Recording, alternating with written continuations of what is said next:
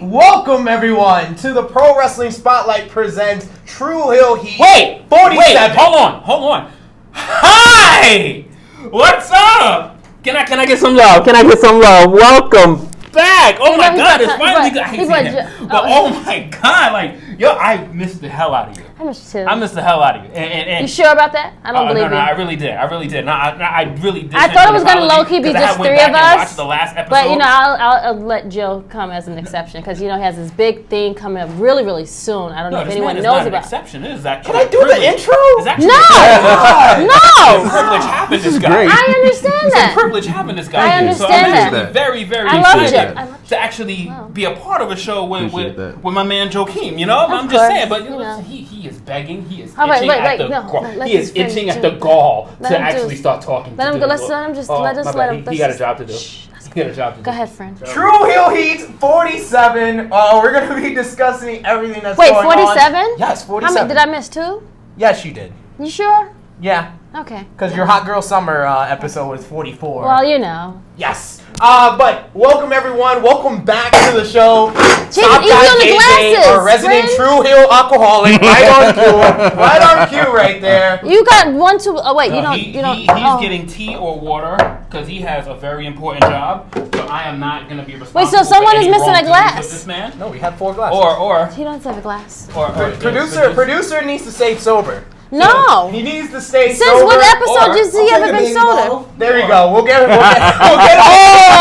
wow. some formula. Whoa. So you're saying he needs a sucker? Whoa. Okay. Whoa. I'm not even going to touch on Pause. it. And I don't even really say pause. Also, welcome back for the first time since the Hot Girl Summer edition of Tru Heel Heat, Miss Krssi Love. Hello. Hell yeah! Hell yeah! Listen. Hell yeah!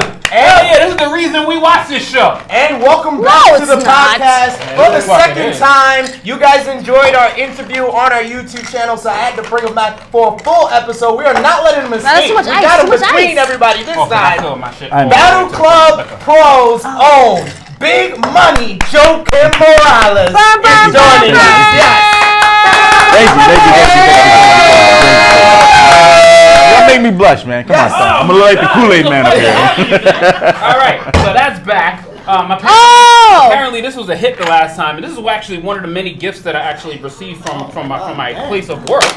So, you know, I was begging for, like, these gifts, and people, obviously, my lovely customers that I work with. Wait, your customers gave you this? Yes, because they know that I love alcohol, right? So they know that I love alcohol.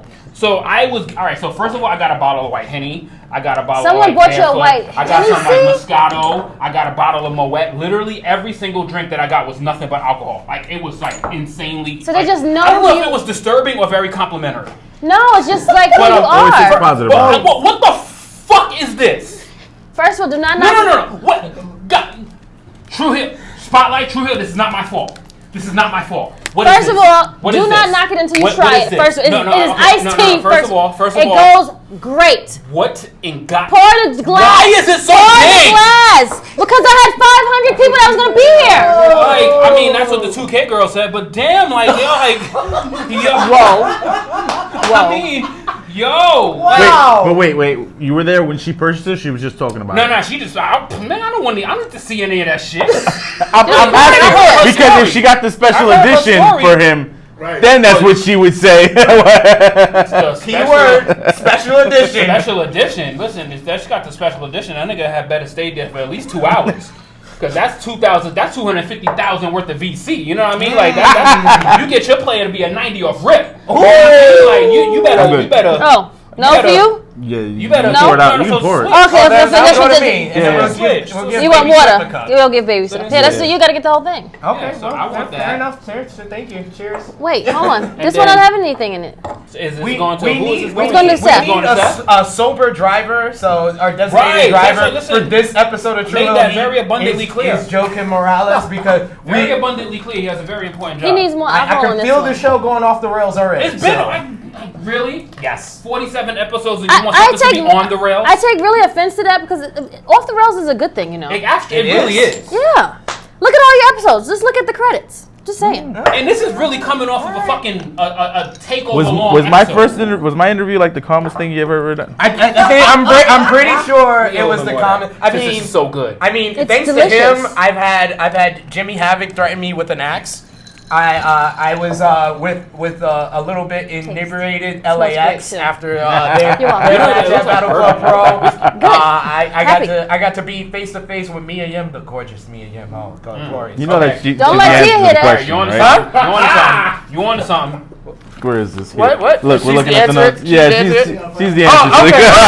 We'll get to that in a bit. But yes, we start off every Tru Heel Heat with our Tru Heel roll call. This is where we shout out those who are supporting our group page, the Spotlight Nation, as well as the Tru Heel Heat podcast. Can I read it? Can I read it? Page. My producer needs to grab that. See? Cheers. There we go. Salud. Wait, hold on. Producer, you gotta. Salud. Welcome back to the game. Everybody. Get your water. Everybody's been asking right now. Producer, I need a favor from you. There's a very special item on there that is linked to my headphones over there. I really need that. It's like a very special piece of headgear. No, that's a piece of headgear. I wish I had that kind of money. The little cheap item that's like $20 right there. No, a little $20. There, you just in your hand. It's in your hand right now. Not that one. That hand. Yeah. Yeah. Oh God, not that again. Hell yeah. Oh God. Tighten up, bitches.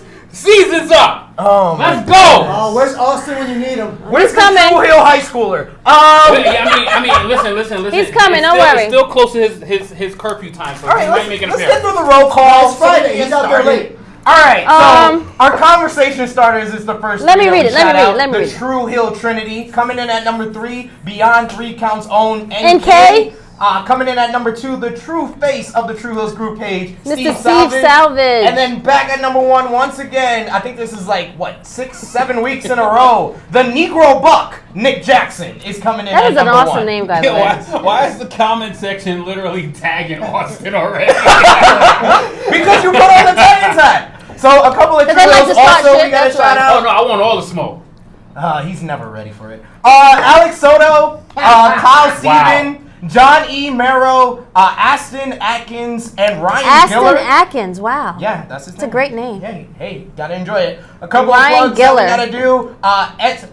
I'm gonna give you SP3's top 10 G1 Climax 29 matches. I promise you guys. I've been promising it for like 4 Tru Heel Heats. It's like a month past G1, but I'm still going to give it to you. Well, I mean, you know. Very special plug, since we got Joakim here. We've been plugging it for the last couple of Tru Heel Heats. Battle Club Pro, anything you can do on September 28th. This is an afternoon show in Brooklyn. Is it at your high school, your former high school? No, it's my current place of occupation. Oh my God! I work there. Oh my God! You work at the school? I work there. All right, we are right up the block from there. How would I not know that? I just had like a real random moment. I really almost thought the Spanish restaurant around the corner is like amazing. No. I'm about to say, how old are you? Like so underage, right? He shouldn't even be here. That shit really almost like he said my current, and then he had a pause. I really thought current high school was coming out. I was like, whoa, like how's that going? No. You sure you didn't pregame before this? Oh, absolutely not. Okay, just making sure. What kind of questions are these? I'm just making sure before we continue. And a quick special plug. We're looking at another 3-hour show if y'all keep interrupting him. Our studio audience has a couple of members of a brand new podcast. My new basketball-themed podcast with the good brothers, Big Baby Dre, the Sad Nick fan, Chris. Yes, the Sad Nick fan, Chris, and BK Matt. So it is called the 4 Quarters Podcast. He was via hologram. On the first 2 episodes. So. Well, you got like 1,000 podcasts. Why we don't have no money in the budget yet? We're getting there. It's so steady process. Conrad Thompson had to do like 7 different podcasts for 10 years before StarCast happened. YouTube money comes in a sense, and it comes very, very slowly. But once it starts flowing, Okay. Just saying, like, you know, patience. Like there's certain things that you know I don't get on him for yet. Okay. Patience is a virtue.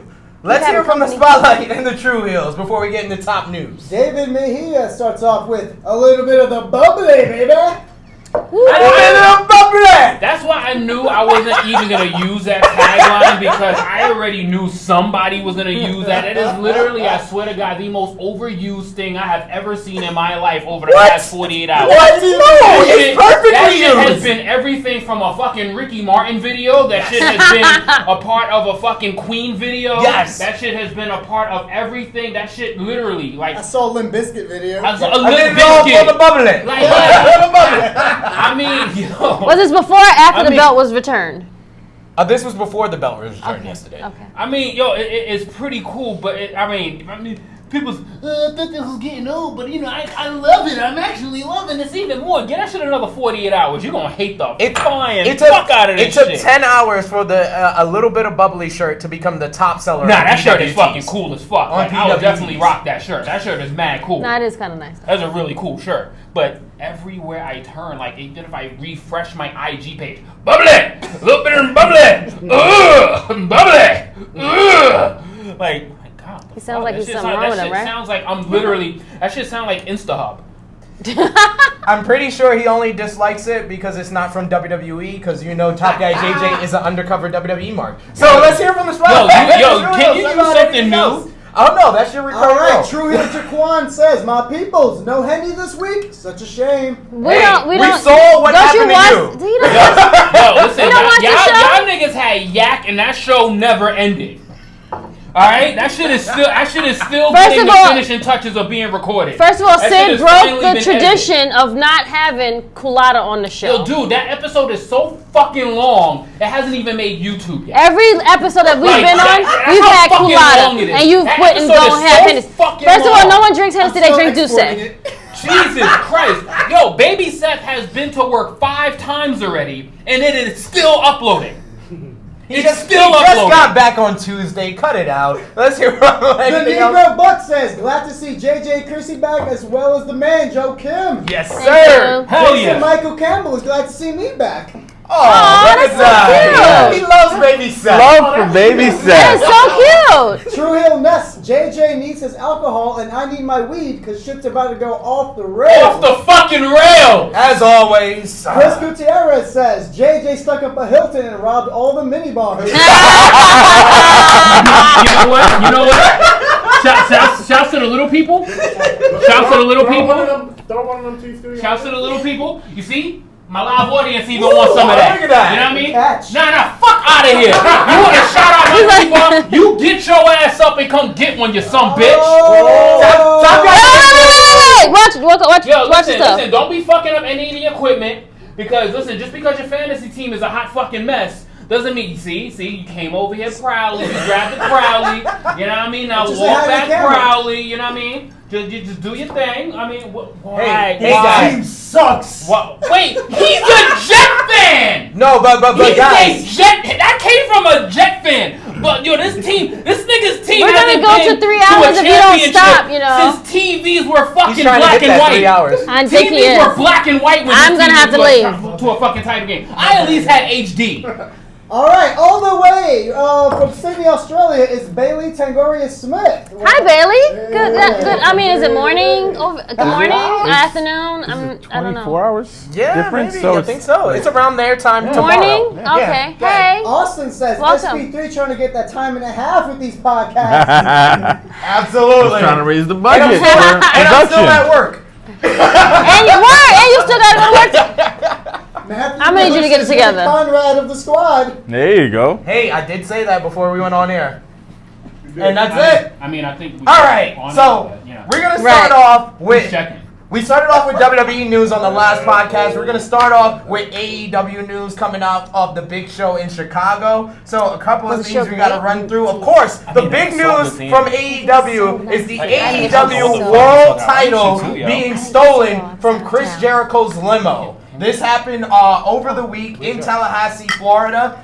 It was found and returned via the Tallahassee police just yesterday, but it caused a whole big... First of all, why was that not on his person, like, when he was, like, traveling? Well, the story goes, basically, he picked up the wrong piece of luggage from the airport. His limo driver then had to go to the airport to retrieve the correct piece of luggage. When he got back to the limo... That was supposed to be on your carry-on, friend. Like, that was supposed to be on with you. Yeah, you put it on with you, of course. Duh. But, but... You gotta like something that you have to explain when you see the TSA when you got to like put it through the little machine or whatever. It's like, duh, don't you know who I am? Like, come on. Well, the TSA like taking pictures with the belt. That's even better. That's what I hear. So that's saying like he was supposed to be walking around with the belt on his arm, finesse it. No like pressure. that's what at We least. Gotta finish this off. Like that's what I would have done. There you go. But yeah. Well, there's more. No pressure, guys. He came back to the limo, and the title belt was missing. It caused a whole big online storm of people making memes about R-Truth stealing the belt. I said the same shit. Jinder was my favorite. Jinder rolling up Chris Jericho at the airport. CM Punk having it in his refrigerator.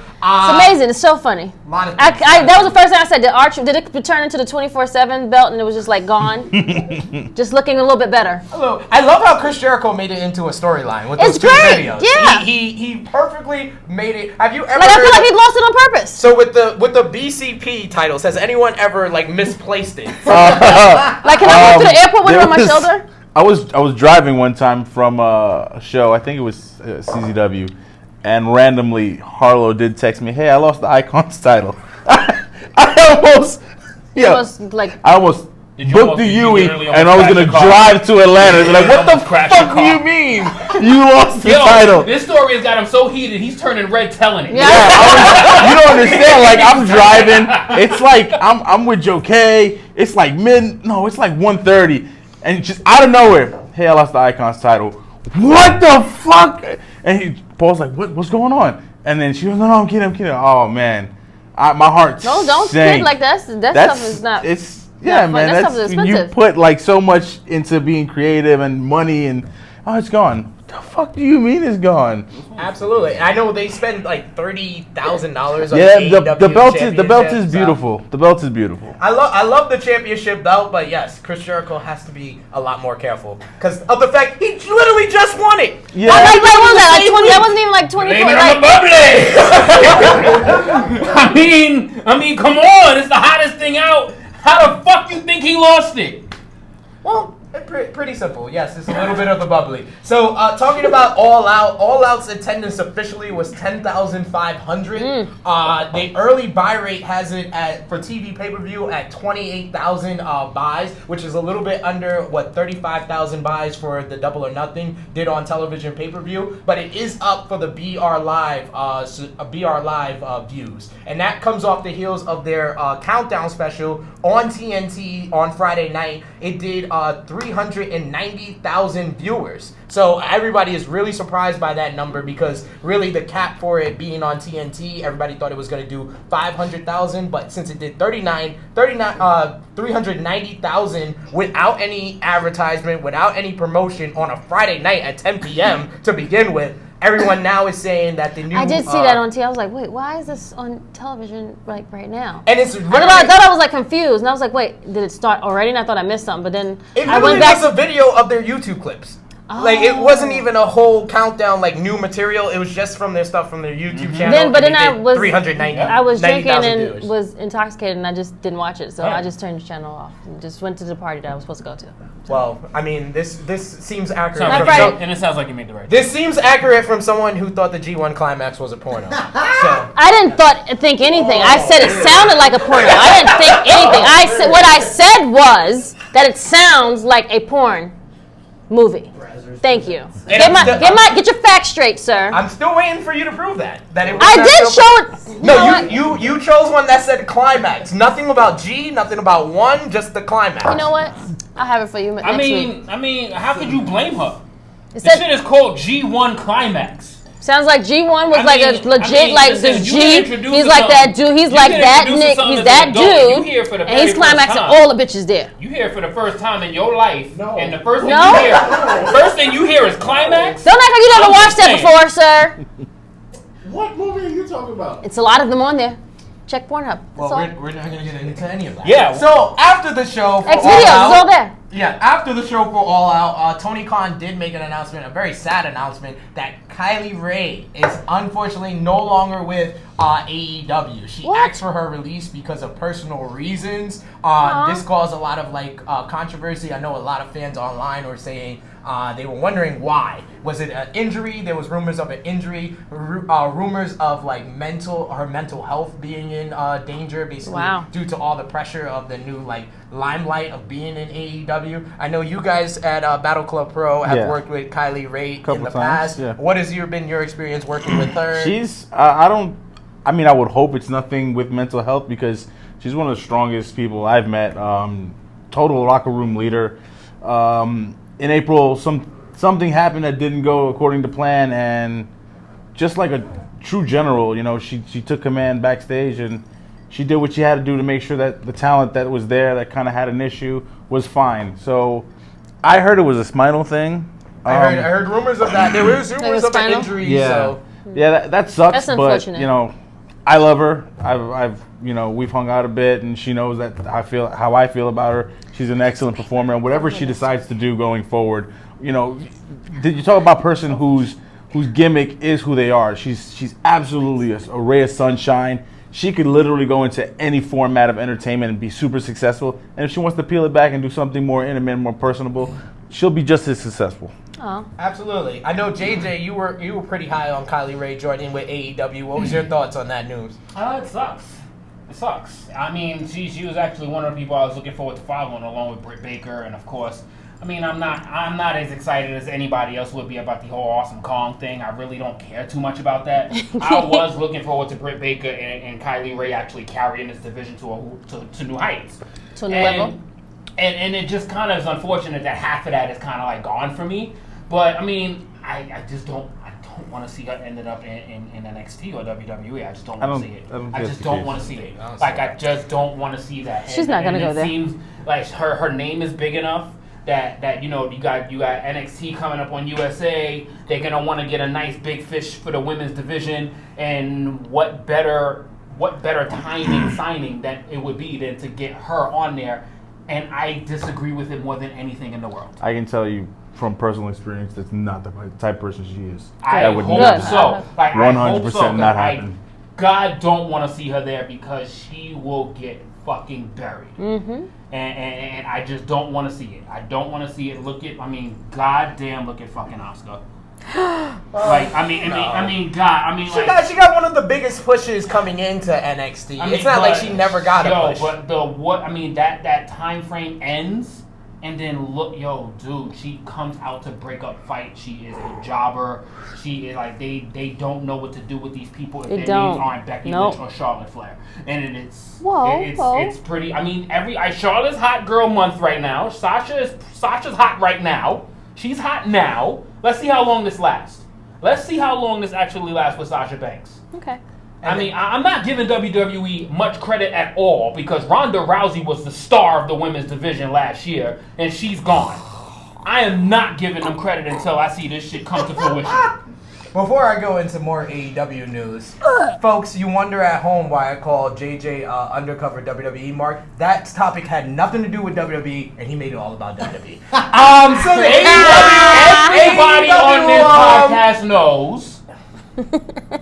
Also, somebody on here was hoping for her to go to Impact or Ring of Honor. I legit asked you a straight question. What did you think of Kylie Ray? These are always loaded. And it comes with WWE, always included. So, yes, AEW is having a panel during New York Comic Con. For all my fans of Comic Con. Oh, in October? Yes, October. No, October 4th. It's going to feature Mr. Little Bit of the Bubble, the AEW World Champion. Oh my God, I got to go to that. How can I get out of work? Get that day off, girl. I'm gonna try. Get that out. John Moxley, Awesome Kong, Nyla Rose, Brandy Rose, and Jungle Boy. They will all be encoded in this AEW panel. Coming off of the TNT and the Countdown special, a couple of notes on their shows debuting on October 2nd. They will not be hiring writers for TV for the AEW on TNT, and AEW on TNT will be TV 14. So if you are sick of PG wrestling on mainstream television, AEW is coming with that, and they announced at All Out their next pay-per-view will be on November 9th. It will be accompanied by StarCast. StarCast will be returning. It's going to be in Baltimore, Maryland from the 7th to the 10th. November 9th. That's dope. In Baltimore, Maryland. It's entitled AEW Full Gear. The top 2 matches have been signed. It's going to be the match we were supposed to get at All Out. John Moxley going one-on-one with the Cleaner, Kenny Omega. And the main event will be a little bit of the bubbly. Chris Jericho defending the AEW Championship against the American Nightmare, Cody. So now we always have to say a little bit of the bubbly when we say Chris Jericho. Absolutely. That's what we're gonna say now. Mr. A little bit of the bubbly. Mr. A little bit of the bubbly. Okay, great. Absolutely. No problem. Yeah, Every single time. Run it down to the ground. Number 4 name. Like run it all the way down to the ground. Yep. Yeah. All the way Every down. single time. So what's your thoughts on AEW Full Gear, Miss Krssi Love, and the top 2 matches, Cody and Jericho and Moxley and Omega? I'm excited. I can't wait to see what they are going to do. Now, you said they're not hiring writers, meaning like they already not going to get rid of the ones that they already have or not get any new ones. What do you mean? Huh? Spill it back. What do you mean about like them not getting any new writers? What do you mean? Well, they're not hiring writers for their TV. So they're going to keep the ones that they currently have now. They don't have writers. See? Even So, our wait. we've come pure. Absolutely. So who's doing their line? The storyline? They have bookers, which is how wrestling originally was. Okay. Before WWE decided to get TV writers for Got it. professional Okay. wrestling. Got it. Okay. Got it. So we got the bookers now, and the bookers are just going to stay as bookers, and we're not doing anything else Bookers no and more. then agents. Got Exactly. it. Okay. Sounds great. So But I'm what are excited your for it thoughts to on see. that? Like On them hiring had TV no writers? No writers, yeah. I think that's the way it's supposed to go. Because it gets dumbed down. It's not that it gets dumbed down. You They lose the... tend to hire writers That know who nothing have about it. they've got this wonderful history, a plethora of degrees and articles and books, and none of it's attached to wrestling. Nothing about wrestling. So, like, just to simplify it, like, you work in a school. Can someone who is a professional dog walker tell you how to interact with kids? No. All right. That's a good analogy. So it's wonderful. That's a great reference, friend. When you're on a large scale like that, you need a couple of people to help you get creative and book. And then the agents. I mean, we saw Arn there. We know DDP's there. Tully's there. Like, those are 3 of the most amazing wrestling minds in terms of performing. And then, all the wonderful stories of talents being like, yeah, I did this and this was successful because of, I know personally, I'd spoken to Faye Jackson at the AEW viewing party, and she said, like, I felt like my match was top notch because Booker walked me through it. So it's like, it adds a different dimension. To go from sitting here, like, there's nothing wrong with it. That's the way they do business. But to do this, okay, that's my promo, or this is my match. Right, nothing is authentic Instead about of, it. hey, you've been wrestling for 35 years. What do you think is going to connect with the crowd? So it's beautiful to hear. That's okay. I love it. It's bringing Bringing wrestling wrestling back to where it yes. needs to go, and it needs to be about, like he said, the minds that understand what to get the most out the crowd. But when you even watch AEW and then you watch WWE, you feel the difference. You can definitely see and feel the. I don't even say like authenticity, but it's just a different type of feeling that you get when you're watching the two shows. And even when you're watching, like, not to bring it up, WWE, but NXT, like, it's a different type of feeling when you watch them. And now I don't even know if you're going to have that same feeling now that it's going to go on television live. Yeah. Per se. Just speaking about the All Out show, like, the match Cody had with Shawn Spears, very reminiscent of Crockett Promotion matches. And then the Super Kick Party versus the Lucha Bros, the Young Bucks versus the Lucha Bros. Always. That was super high spots, Lucha Libre style. And then you get the fun match with what do they call it? Jurassic Express. Yeah, versus SCU. So like, every match had its own dimension, and so she's totally right. And it was like a different feeling for each different match. Everything didn't feel like, oh, I've seen this already. You can tell that, different people with different understandings of what makes wrestling work had their hands and minds all over those matches. Up and down the card, it felt different. It was great.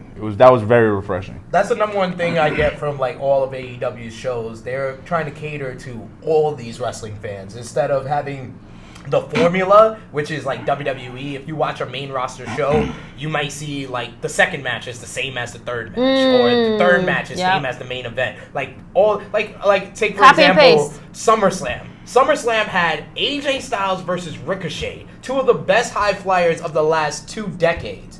What did they do? They had a match focused on a body part. That's not what you're supposed to be doing. Like, cater to what these guys are great at. And these guys are great. That one spot that stands out to everybody is Ricochet jumping from Anderson's shoulder to Gallows' shoulder and then doing a Hurricane Rana. But that's the only spot. That's the only one they remember, yeah. Outside of the finish when he tries the Phoenix Splash and AJ catches him, that's the only parts that people remember. So you have to kind of cater to all the wrestling fans. Let's hear from the Spotlight and the Tru Heels about this AEW news, everything that's going on.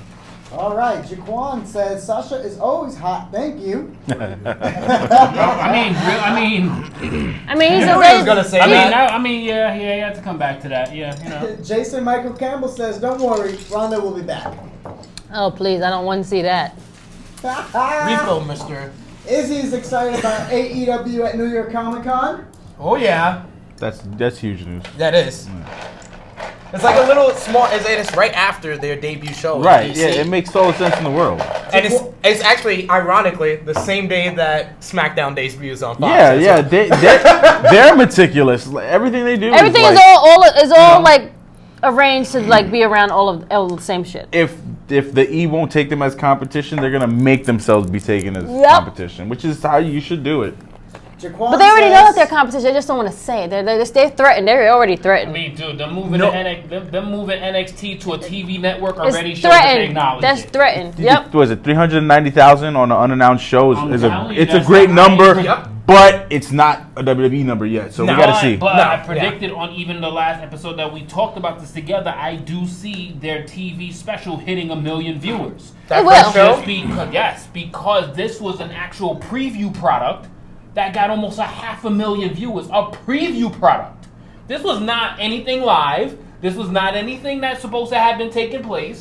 It's a preview product. This shit is amazing. This shit is flat out amazing. And to touch and piggyback on the stuff that has been said about AEW, kind of what I've been digging about the whole AEW aspect so far is that everybody is sticking to what they're great at. Mm-hmm. No one is stepping outside the bounds. No one is sitting here trying to you don't see the Young Bucks trying to get hardcore. You don't see Cody trying to get fucking goofy. You don't see these people that is great in their elements trying to step outside the box and try to do something to pander to something that they're not good at. A lot everything that's going on outside of AEW.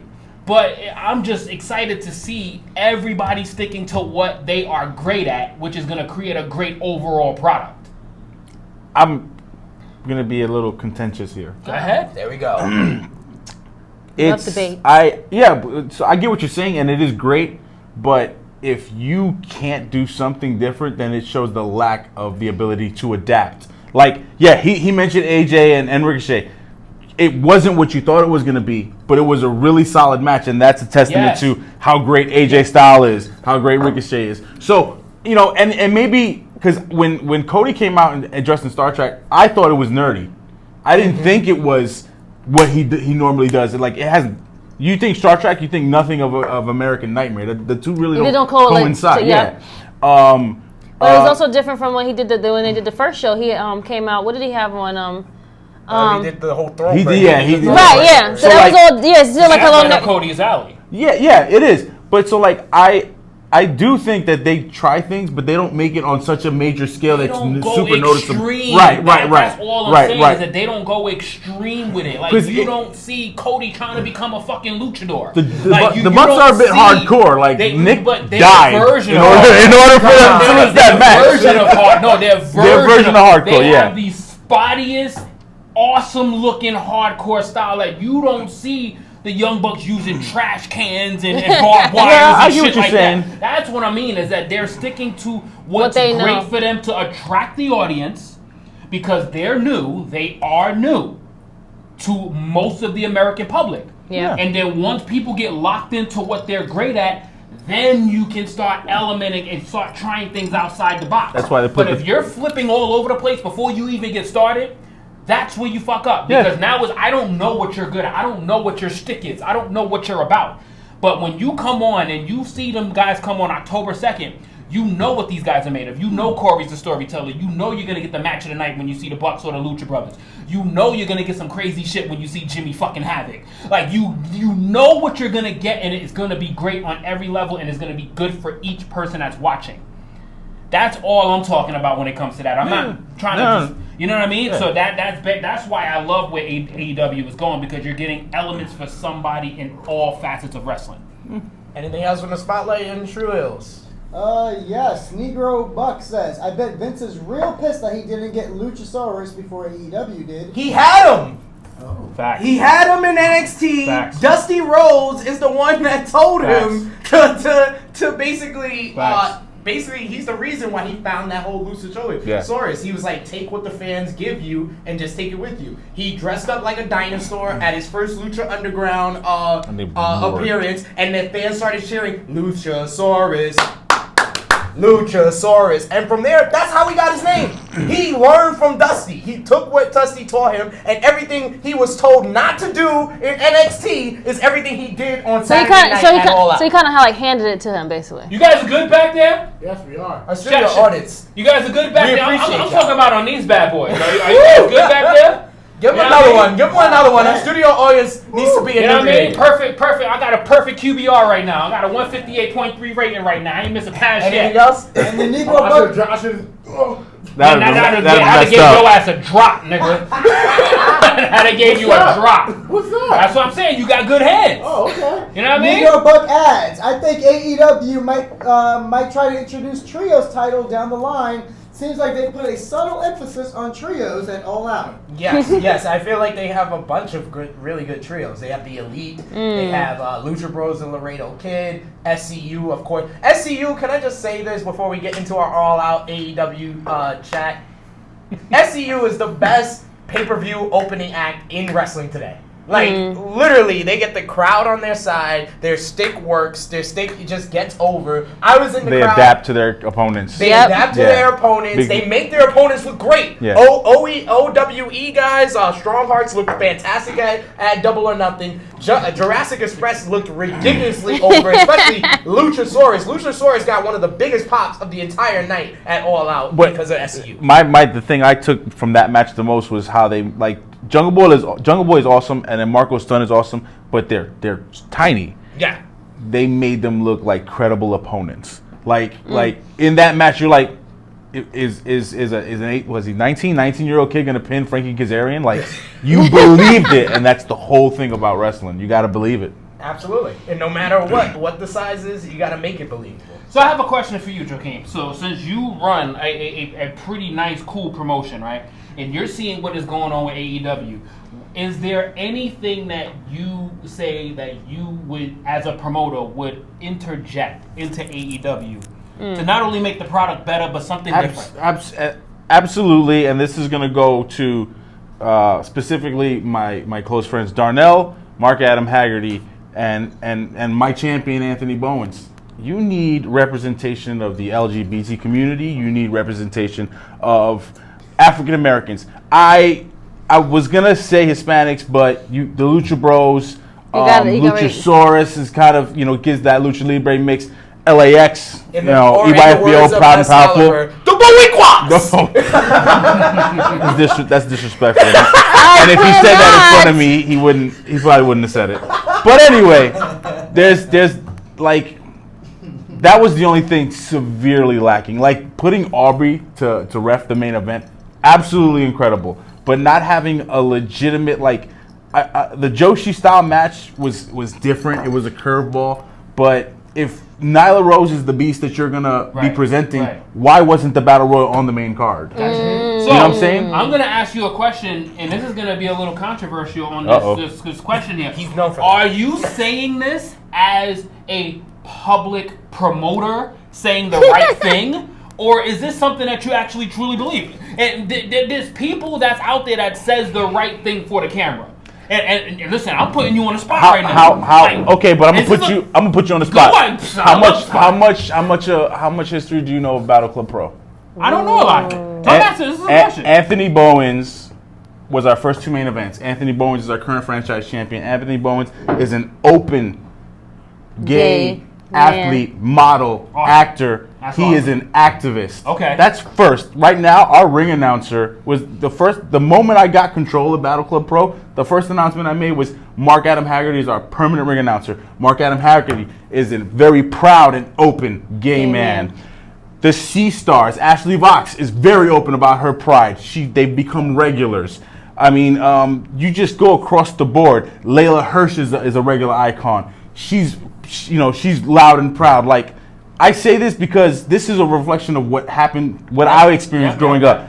Homosexuals, like, if you know me, like, I'll see a couple kiss and I'll say gay, and it's not derogatory because the purest form of love I've ever seen was two gay couples being themselves while people watched and like, ew, and it was like, no, we love each other. So when I say that, it's like, you can't fake that. Exactly. You can't fake that. No, I am pro. And dude, this is why you fucking nailed that question.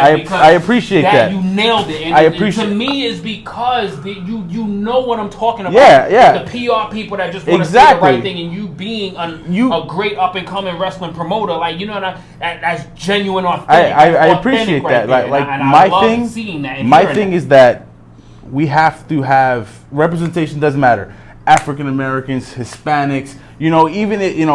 I haven't had the chance to bring any foreigners. Right now. It's just but you know what though? It sucks that it's what's happening right now. For the longest time, the best athletes have been African American and Latino. For the longest time, people have been scared to be open about their sexuality because the culture that they were in wasn't ready for it, and that's bullshit. There's no better ring announcer than Mark Adam Haggerty. His sexual orientation has nothing to do with his ability. Job, Anthony Bowens is top notch. He checks all the boxes. He has the look. He can cut a promo. He knows what business sense is.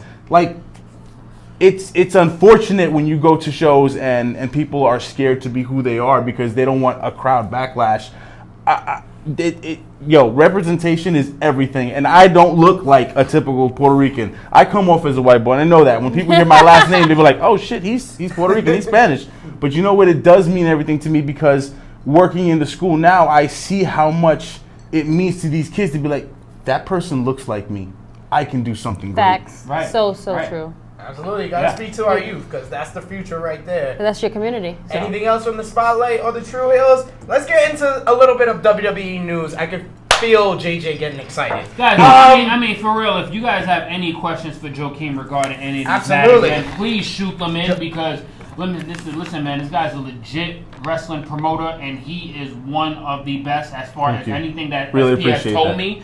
Thank you. And I cannot wait until I make it to my first Battle Club show. I mean, obviously, I have literally the worst work schedule in the world. I have the worst schedule in the world. So, I mean, I can't wait to make it to one of these. And then the fact that you answered this the way you answered it is going to try to heighten my urgency to really make it to one of these shows. I really hope to see you September 28th, man. I really do. Let's make it happen, brother.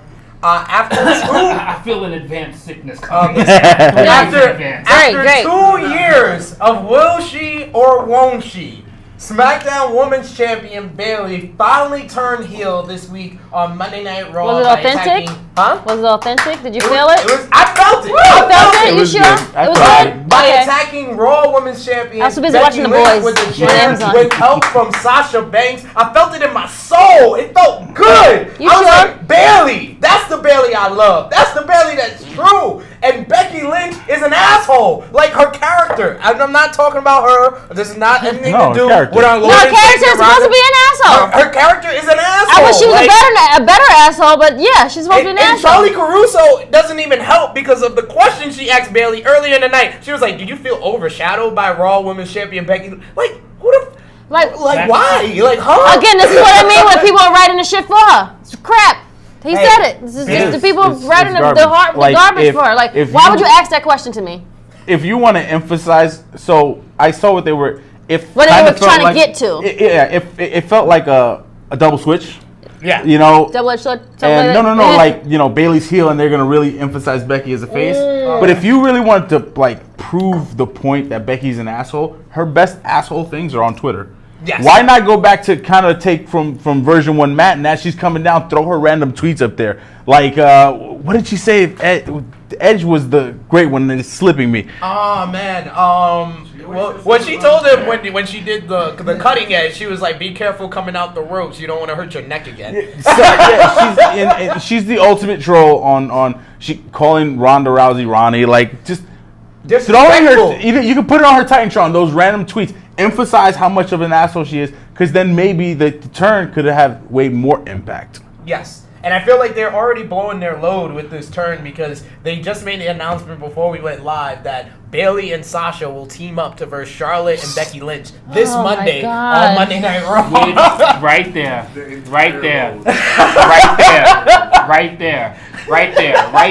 So this is where the timing is when you call timing is all fucked up. Oh my god. Timing is all fucked up. Why would you do such a dumbass thing? So Vet, let it rip. Like, let it rip. What the fuck? Why? First of all, if Charlotte is heel, Sasha's heel, Bayley's heel, and fucking damn Becky is not even. I don't even know what to call Becky right now. She's like, probably a tweener. Like, I don't even know. And I love me some Becky. Don't get me wrong, but like, why would you do such a dumbass thing? Like, why?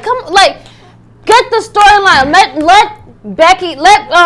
Sasha and Bayley cause fucking havoc all over the goddamn place, where it doesn't even goddamn matter. Why are we teaming them up together? Like, it doesn't make any sense. It's not authentic. Now, her whole point of turning heel makes no sense now. It does not. It's just garbage. It's trash. Basuda. Why would you do such a dumb ass thing? And then you always tweet it out. Like, why are you tweeting it out? Why? We can wait till we see the show. I don't need to know the full fucking lineup. Then I won't watch the fucking show. Well, they gotta announce some things for Monday Night Raw. It is Monday Night Football debut. Monday Night Football returns. It's gonna be tough for them. And I'll be turning back and forth pretty much.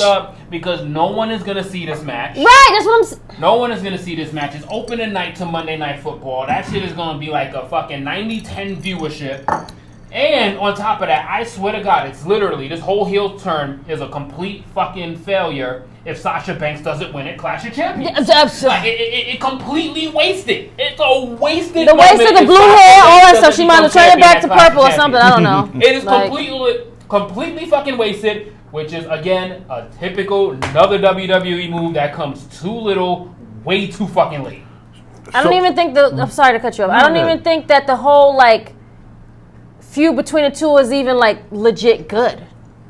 It's hot. It's hot. It's hot. No, I think Sasha's hot right now, but the feud between the two, I don't think is good. Well, I think that's it could get better, but they could get better. They're not building on it. I feel like it's like getting dumbed down. Like you put these two in a tag team match.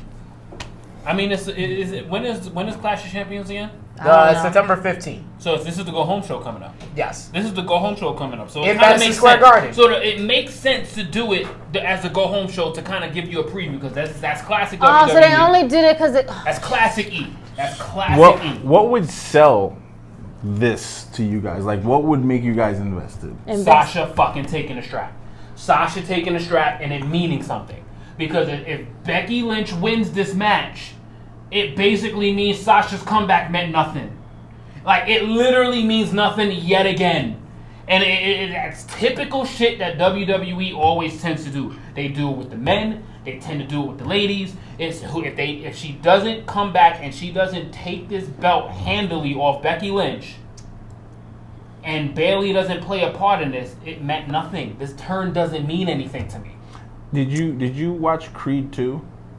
I actually just watched it. Yeah, you just watched that shit? That was great. I watched Creed 2 twice. Yeah. So what if Becky wins, but Sasha goes off on a crazy tangent and beats her to the point of injury? Now, if Sasha and then the whips, title, if she whips Becky's ass into disqualification and puts Becky into the hospital, which is and then the title's vacated, leading into then you. See, this is why the promoters here. SP never gives information like this. This is very true. It's not your fault. It's not your fault. No, it's not your fault. No. He would come back with some yelling, nonsensical bullshit with a prediction that makes no fucking sense. At this one right here. And then you two will argue back and forth, and then I have to like sit there and just wait for you guys to just finish. Intrigue pulling me over. He literally gave me the reference, gave me the story, and he gave me the fucking outcome. My man Joakim just made all the fucking sense in the world. Thank you, God. Somebody has entered Tru Heel Heat that makes sense. Woo. I'm always getting picked on here, but I mean. Why do you have to be picked on, Frank? I guess. Wow. WWE Raw nominated for a People's Choice Award for the show of 2019. The People's Choice Award will be on November 10th. We really promoting the People's Choice Award right now? Yes, because WWE Raw got nominated for show of 2019. What Isn't show? that funny? What show? Wait, The show of itself. 2019. Wait, the show what? itself. Yes, Wait. the show itself. Raw? No. Yes, you Monday know. Night Raw. No, this is not real. That's real. No. How much money did Vince pay them? That's what I'm saying. Right. That's what I was like. You sure he didn't buy into I know the They pay. WWE Network makes $180 million. So he didn't buy into like he did the the ESPN award one? Mrs. Ricochet, Casey Canizaro. Oh, God. She asks for her release from WWE after suffering a back injury. There's a little bit of controversy whether she did ask for a release or not. She is still under contract with WWE and on the NXT roster. Speaking Why of you said people Mrs. Ricochet? Yeah, because she's Ricochet's girlfriend. Okay. There you go. Speaking of people taking time off, Carmella will be taking time off due to a recent health scare. She's been off of television since late, I think in the middle of August. So she's going to be off of television, and she made this announcement via her Instagram. Former Impact Wrestling star Scarlett Bordeaux, The Smoke Show. She just had a WWE tryout at the PC. And our producer, Baby Seth, wanted me to mention that his father, Seth Rollins, finished number 1 in the PWI 500. Woo! So I had to mention that. Yeah. And just recently, there was a writer's change for Raw and SmackDown. Didn't they do that again? Oh no, that was the manager, the creative director for Heyman and Bischoff. So Ed Koskey, who was the Raw lead writer, he's going to be moving over to SmackDown to work with Eric Bischoff. This comes off the heels of Eric Bischoff apparently getting backstage heat. He got backstage heat due to the whole Rowan Bryan. That has got to be the most trash ass shit in my not right there. Or as I like to call it, who's trying to kill Roman Reigns storyline. I love it. Listen, guy in the back. Guy in the back. Can I get those? Can I get those to add to this collection, please? Can I get those? I ain't want it from the producer. The producer actually knows what he's doing. No, he doesn't. Why are you bowling? You fucking scumbag. No, he doesn't. It's like we bowling. No, he doesn't. I thought he bowling? knew what he was doing. I was trying to give him credit. So wait, okay, so hold on. All right, so Eric, he deserves all types of heat for that trash ass Basuda. I've got no actual inside information on this portion, but I have a theory. Okay, go ahead. And I think the theory was, again, no actual information. I think the theory was the attacks were supposed to be coming from LAX. You're going to SmackDown. You want people. Fox is a huge network in New York. You want people to tune in. What better, you know what I'm saying? And then you can pair Roman with someone who can maybe carry him for the duration of the match. Yeah. Because Roman was best when he was the hot tag man. Absolutely. Yeah, so that's my, and then because for it to take just the weird turns, again, it probably wasn't LAX, but I think it was something where it's supposed to be like a big, and it didn't fall through. And that's how you get Eric Rowan on a pay-per-view. No, Eric Rowan 2.0. And a completely blown storyline. The two Bittners. And what did LAX call on AEW? The Boricuas. The Boricuas. Yeah, how fucking stereotypical is that? How racist is that? That's so racist. Well, Bischoff got backstage heat not only because of this botch storyline, because he hired former Son of Anarchy's writer, Stevie Long. And on his first day in WWE, Stevie Long was found asleep by Michael Hayes. What? Yes. Wait. Yes. On the wait, what? Wait, I was having a sip of my drink. No, I don't repeat things because you guys were talking while I was talking. No, I was not. I know. No. Me. See, this is how Krssi gets on your case. Because Krssi had nothing to do with me taking a sip of my drink. I said that. I was like, wait, what do you mean he was asleep? Bischoff hired Son of Anarchy's writer Stevie Long, and on his first day on the job. Wait, why are you? He knows nothing about wrestling. But this is what Bischoff wanted. Stevie Long was found asleep backstage by Michael P.S. Hayes.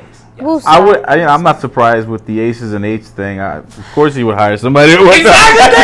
Thank you. Somebody said it. This is literally Stevie Long is probably where he got the Aces and Eights. It could be storyline. And you know what? This is what aggravates me about writers. Right. Because you hire people like that, and that's a dream job for me. What? That's oh my God! I would throw so many people. Out of that job, I'm ready. You recently bring in. I watched soap operas since I was like born, yo. This is not Bold and the Beautiful. It don't matter, but we can make that. This is not General Hospital. Son, like first of all, General Hospital is popping right now. This is not Guiding Light. No, I don't watch. I never watched Guiding Light. Not Young and the Restless. I didn't. You know your soap operas. Oh, you got listen. You can get done. One Life to Live. One Life to Live. Early 90s, baby. Yo, One Life to Live. All my children. And you get that half day of school and you come home and all you see is your mom's soap operas. Oh, it's lit. It was lit. If you remember Passions, right? Nah, I don't know about that. Passion, what? Did you let the man continue? Y'all just went over the tangent. I'm just saying, like. Yo, listen, Joakim should have been. I want him an hour. No, it's fine. It's fine. You bring in a guy to be a full-time agent like Pat Buck. No. Like Pat Buck, who's run WrestlePro successfully in Jersey, in Long Island, in Brooklyn, like all over this. Like, why don't you give him a chance? Yeah. Why don't you give someone like that a chance to really help with the show? Get someone that actually does wrestling. Yeah, and I get the ideology behind. You know what? We need to be creative because we have to bring one of the old school guys back. Well, I wouldn't go so. But like, who wrote Creed 2? Like, that movie's about competition. That's the kind of person you want to write. Like, that movie was fucking incredible. You don't want someone that's gonna write about drugs because you're PG. You're not gonna do that. You're not gonna be able to use it. You don't want murder. You're not gonna be able to use it. So it doesn't make sense. I felt bad for them, yo. Sorry. No, you're good. So, to follow up with that, Bischoff was brought in to appease Fox. Fox is actually high on Renee Young. Renee Young has been chosen for a FS1 studio show that's going to be dedicated to WWE coming up in the fall. So she can't get to a man eat no faster, huh? Damn. Tell me a sense she ain't like. And speaking of writers, there was bullet points used for promos on both Raw and SmackDown this week, and this is the first time in a long while that only bullet points were used. So Sasha Banks promo on Raw was only bullet points, as well as Bayley's backstage promo with Charlie Caruso. That shit was trash, though. I'm sorry. But it's the belt. No, that was actually one of Bayley's best promos. You think so? Yes. She was just talking because she told her she literally set up her heel turn. She was like, "I'll show y'all who's really in somebody else's shadow." That was a key line, and it set up her heel turn perfectly. That was foreshadowing, which we don't get in WWE a lot. I didn't think it was that good, but okay, Frank, whatever. Hey, to each his own. I mean, yeah, that's what it is. You know what? It's one of those things. It's like, yo, you'll take it when you get it. But I kind of agree with that timing aspect, man. Like it felt like, all right, this is happening. This is definitely happening right now. Like right now, she's on the floor. Bayley took the chair. This heel turn is happening right fucking now. So it didn't feel like lead up to something shit. That shit. I didn't get that feeling out of this turn at all. It literally as soon as she took that chair, I was like, yeah, this is happening. This is definitely happening right fucking now. Because she is not hitting Sasha with this shit. This is not happening. They're not going to sit here and fuck up all their storylines. This is happening right now. Word. Usually with that heel turn, especially with somebody as big as Bayley, and as long as we've been waiting for this, you kind of wanted a little bit more element out of this. A little bit more. The same with Sasha Banks' turn. Do you know what I'm saying? Dude, Sasha Banks shit was fucking fire. It was good, but it was on corny ass It was predictable. It was predictable, but her execution was fire. Okay, great. She executed the shit out of it. All right, I can give you that. Speaking of WWE going to Fox later this year, they're actually going to do a second draft this year in October. The tentative dates is October 11th and the 12th. They're going to be doing a second draft. What does it smell? It smells a little bit of desperation, guys. A little bit of desperation here. 2 drafts in 1 year? That's desperation. Hey, when you come up with a wild card rule, you kind of have to shake things up. And then we don't even use the wild card rule anymore. Studio audience, you're leaving now? It's not even done yet. Our studio, it's not 10. Our studio has 2K. Can we get out? Listen, they got to get their 2K in before they go to work. You know what I mean? They got to get their 2K in. But yo, come give a little shout out. Say hi to the viewers. Come give a drop. Come talk about your little podcast. You know, talk about the Four Quarters podcast. I got kids. So basically, the Four Quarters podcast, basketball. You might want to bend in a little bit. You know, you might want to put your heads in so my whole stomach. So they not looking at chests and faces. You know what I mean? I got a big head. So big. And nobody wants to see that bum ass Knicks shirt either. Wow. He's kind of right. He's kind of right though. I mean, it is true though. It is true. Sorry, friend. So basically, the Four Quarter podcast is a new twist on basketball for for lifelong basketball fans. It's 4 different perspectives from guys who actually played ball, and we have a different outlook on how teams operate. Chris, say it with your motherfucking chest. How sports operate. How the Knicks suck. Great, thanks. Operates. And I'm gonna hear a lot about how much the Knicks suck. So I look forward. The whole team needs to be fired. The whole coach system needs to be fired. Sound like you want the Knicks to win, man. I would love to see. I would love to see the Knicks win. So I mean, listen, man. I'm a Titans fan, man. I know what it's like to lose for a long time, but I don't know what it's like to lose like a Knicks. By the way, JJ, you don't want to know, bro. I don't. JJ, I see you in week 3. Ooh. That sounds like a wager. We are in the best division. Who's your We team? are in the best division, and I want all the smoke in the world. And just so you know, by the next episode of Tru Heel Heat, I am taking a side bet on this game, so be ready. Now, we thank you guys for dropping in to the viewers. Check out the Four Quarters podcast. It's coming soon to wherever you listen to your popular podcasts. As always, sir, we appreciate it. Bye, guys. All right, brother. Couple Bye, more sweet. Give the kitties news for me. before we move Tell on. them it's hello. We got. So what we Bye, got don't say.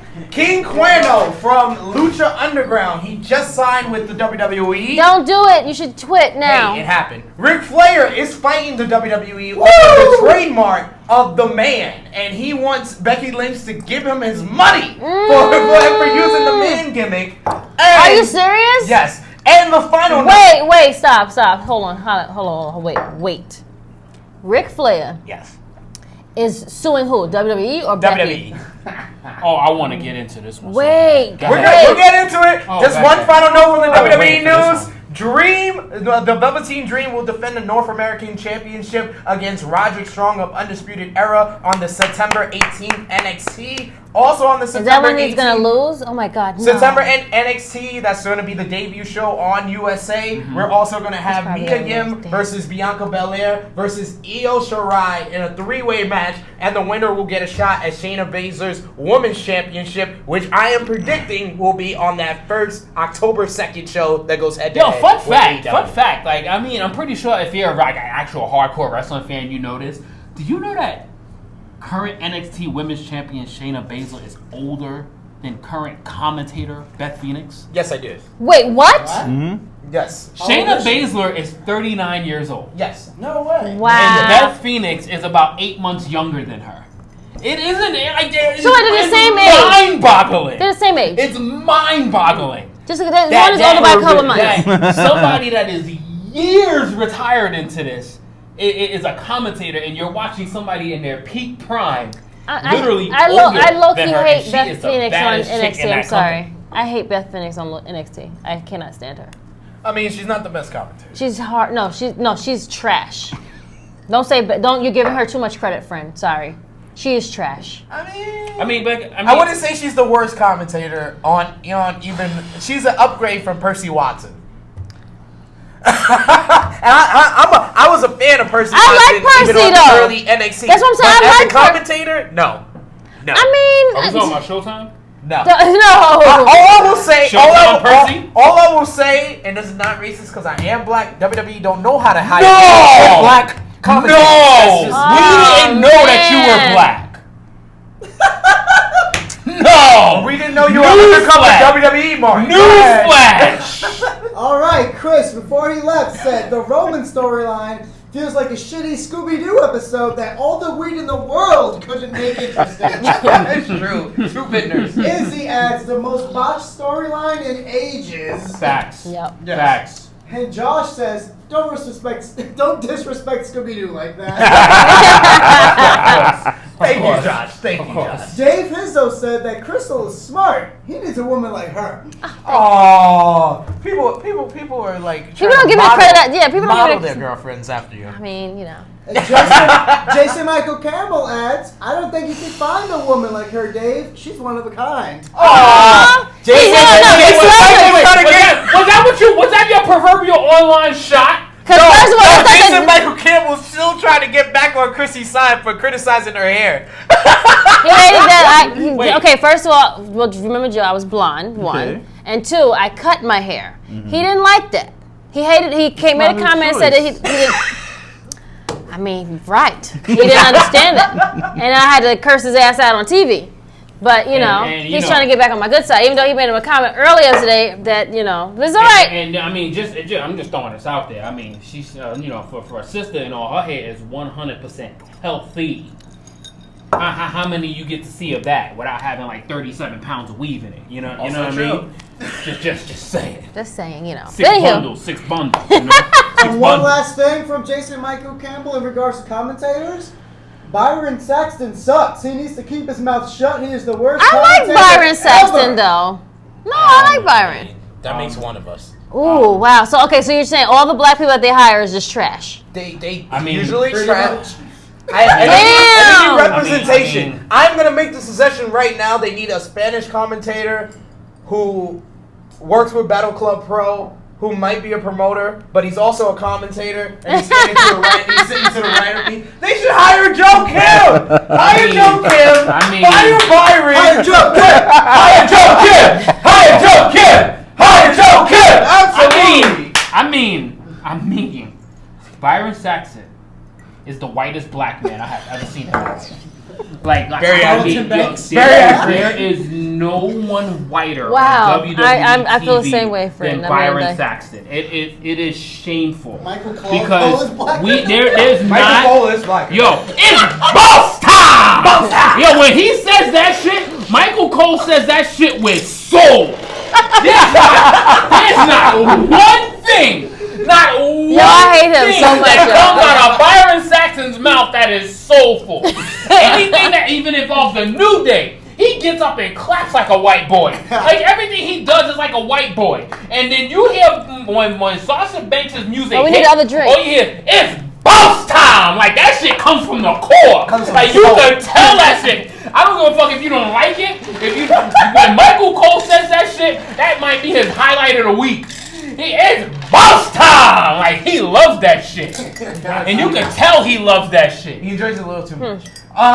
So we gotta get into some Impact news really quickly. Do we really? Yeah. Why? No, Ken we don't Shamrock is making his return to Impact Wrestling. Oh my and God, he's wow. gonna be going one-on-one with Moose at Bound for Glory. Yes. You say you don't Really? Going one-on-one with Moose I didn't next know month that. at Bound for Glory. This is great.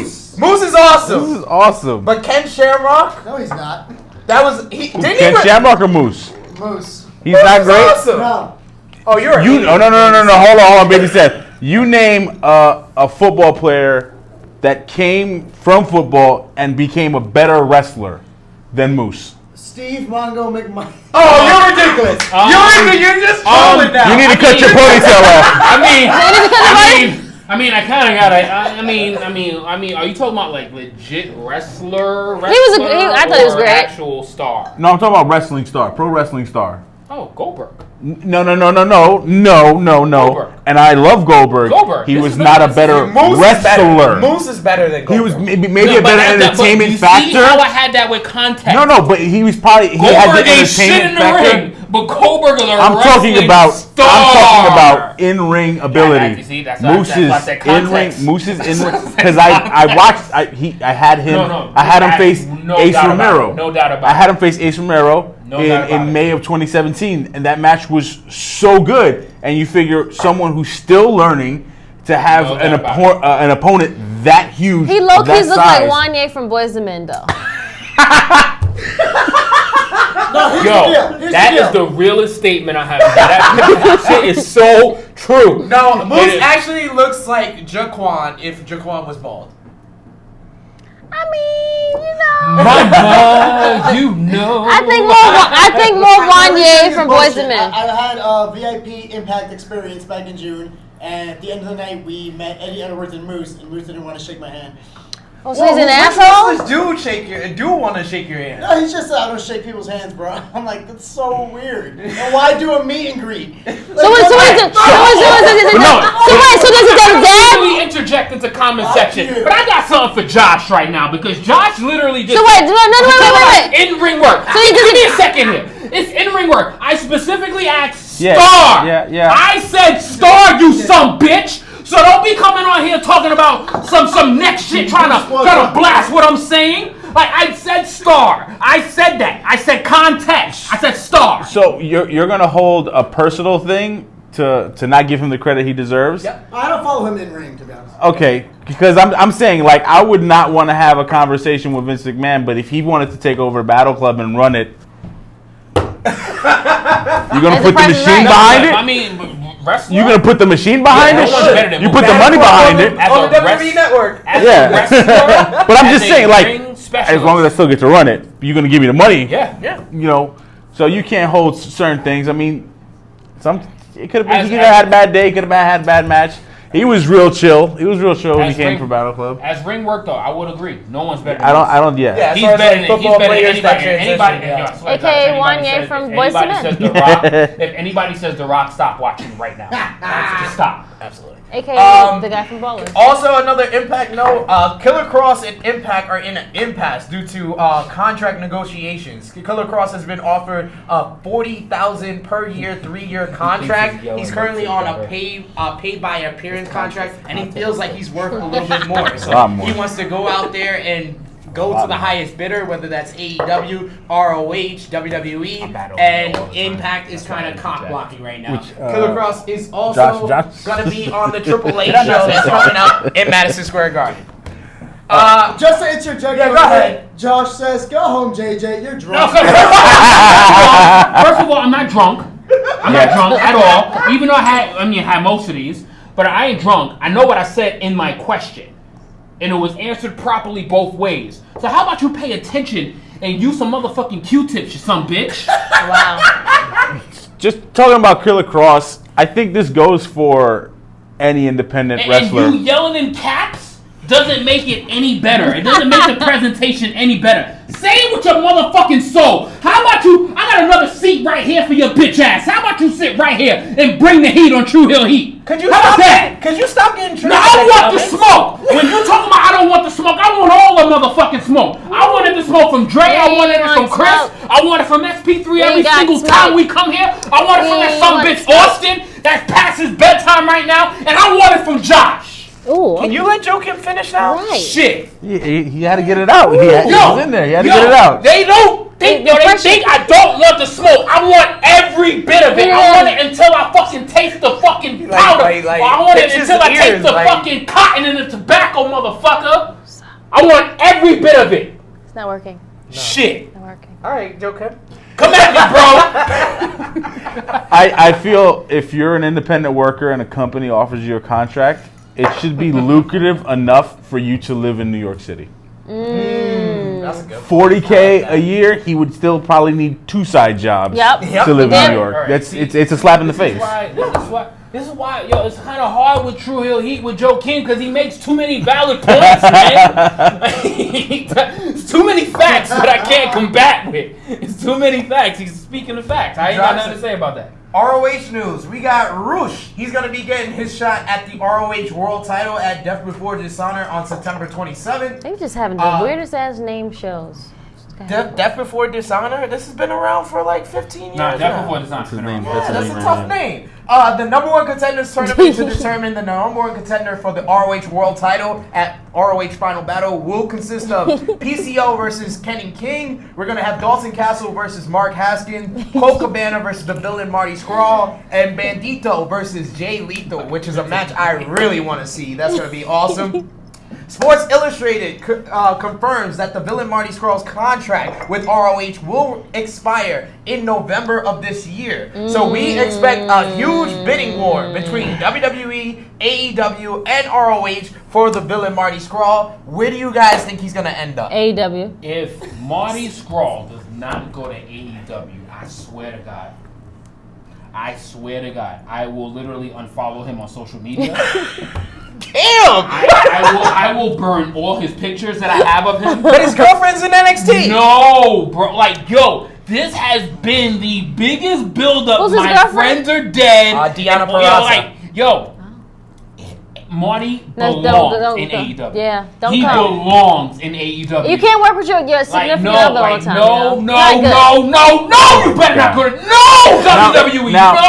Now, I agree. It's pretty obvious. But what would be the biggest villain move of all time? No. Exactly. No. I am not here with you. I don't care how many facts you bring. No. Do not bring the villain to fucking. What's the Jewish guy on the covers of Mirror? Because guess who he can bring with him to AEW that he wouldn't be able to bring with him to WWE? Who? He could bring fucking Villain Enterprises to AEW with him, and that shit would be amazing. Well, PCO's contract does expire. Shit would be amazing. He signed a 1-year deal. I know Flip Gordon, his contract expires sometime in 2020 as well. Flip's headed to the E. Flip is made for the E. That's why I didn't say Flip. Yeah. Flip is not a made. part of He's Villain. still in Enterprise. No, he's not. Yes, he is. No, he's not. He's not OG. No, he's not. Keyword, not to him. Yo, Flip Gordon is like that honorary member of the NWO. He just called him Vincent. He just called him Vincent. Wow. He is the honorary member of the NWO. You know the guy. Fuck that. Just call him Birdo. Flip Gordon is that that's guy. horrible, yo. Y'all know I'm right. Flip Gordon is that guy that the company has no story for, and they just say throw him on Villain Enterprises. Let's keep his name relevant because we got nothing for him because his story with Bully Ray is over. There's nothing else for Flip Gordon. He lost all his championship opportunities because he had like 4 of them. He lost them all. He fucking his story with Bully Ray was shit. There's nothing else for him. So let's throw him on Villain Enterprise. It's kind of what NXT did to Roderick Strong. But I digress. MLW news. Court Bauer confirms that MLW is starting a women's division. He also confirms that MJF will continue to work with MLW when AEW starts on TNT in October. And New Japan news. Kenta was hospitalized following New Japan Pro Wrestling Royal Quest after a concussion scare in his match with Ishii.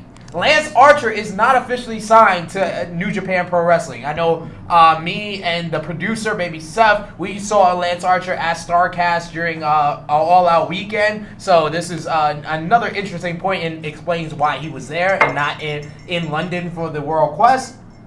New Japan will be moving next year's G1 Climax. This is the 30th edition, and it's going to be moving from the summer to the fall due to the 2020 Olympics that is going to be taking place in August. And we'll use most of the same arenas that New Japan uses for the tournament. The Destruction Tour will feature Hiroshi Tanahashi versus Zack Sabre Jr. for the Rev Pro British Heavyweight Championship on September 15th.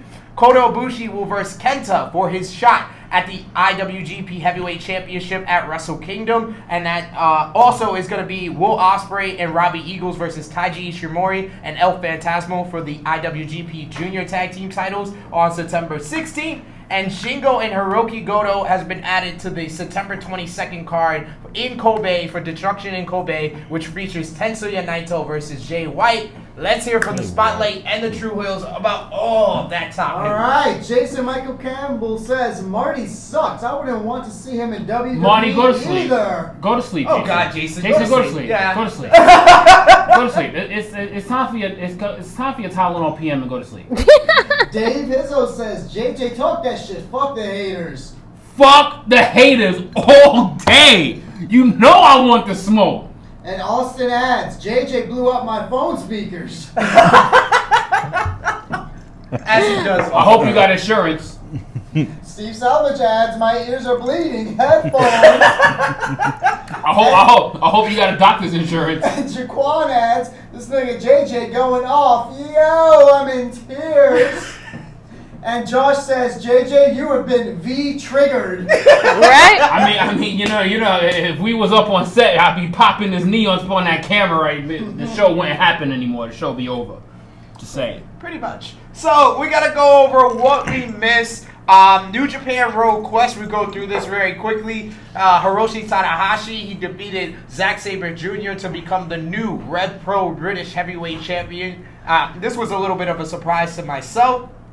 Okada defeated Minoru Suzuki in a hard-hitting main event to defend the IWGP Heavyweight Championship. Really? He did? Yes, he what? did. Kenta defeated Ishii to become the new never open-weight champion. Wait, he beat Ishii? Yes. No. This is following his concussion scare in the same match. He got help from the Bullet Club to get the win, but honestly, the last few minutes of this match was very, very scary to watch. GOD defeated Aussie Open to defend the Tag Team Championships, and Birds of Prey, Ospreay, and Eagles defeated the Bullet Club of El Phantasmo and Taiji Ishimori to earn a shot at the IWGP Junior Tag Team titles. The match of the night, in my opinion, was Okada versus Suzuki. MVP was Tanahashi for winning the British Heavyweight Championship. In a side note, my girlfriend, Tia, shouts out to her. She actually watched New Japan Raw Quest. She is a WWE mark, a firm WWE mark because of her family ties, and she really enjoyed the show. And as other side note, she hates Minoru Suzuki. She was cheering for. She legitimate. She was like, she hates people that look mean, and Minoru Suzuki was the meanest person she saw throughout the whole night. Yeah, you ain't gonna find nobody mean looking at Minoru Suzuki. You're not. You're really not. Yes, it made her cheer for. And you made her watch it? Yes, I made her watch That's it. disgusting. Well, she didn't want to watch All Out because she was like, I don't want to see your silly ass on the TV. So she watched that. That's not. I would have watched you, friend. Thank you. Yeah, I mean, I kind of looked out for you too. Yeah, well, I know you was throwing up the gang sign, so like, I don't know why JR said he needed closed captioning. Why do you think you in a gang for? Like, I don't know what gang this nigga thinks. First of all, he's throwing up gang signs. He crossed his fingers, so he thought he was in a gang. He thought he was in a gang. That's and I don't know. I for sure knew he was going to Chicago, and I was like, watch this nigga be right on fucking TV. And look at that shit right there. I was like, see, I knew I should have bet somebody some goddamn money. Once I knew that he was going to All Out, and then he was also going to be partnered with Jaquan. The mark of himself of all people. When I mean, like, Jaquan is like that black dude from The Wire. That gets that hookup. That gets that hookup. All the good sections. Yes, yep. Like, I will see him at any pay-per-view in, like, row 3. Yep. He never gets the front row, but he's in, like, row 3. So between whatever 3 and 5 he's doing, that shit never goes. That shit never gets caught on the spot because he's right low key. He's low key enough. And that's the person that never gets caught though. Enough. Mm-hmm. Hey, drunk guy JJ. But that nigga will bring his. He picked great seats. Great seats. That's what I mean. I say he'll stay low key enough to not get caught. But them seats is always fucking banging. The nigga's always in like row 2. He's always got a good ass seat. Right before, just so he's low enough, but then he's high enough. Absolutely. And then you join him for the ride. So I can't blame you for that. Makes sense. See, now what if you would have with the SummerSlam? You would have been lit, yo. Probably. NXT UK Takeover Cardiff was this Saturday as well, right? I mean, Raw Quest started at 12. That was at the same time? Yeah, Raw Quest started at 12. The UK show started at 2, so they kind of overlapped each other. But that was featured by, in my opinion, one of the top 5 matches of the year. Volta versus Tyler Bate. My God, one of the best big man, little man matches I've seen in quite some time. A match of the year candidate.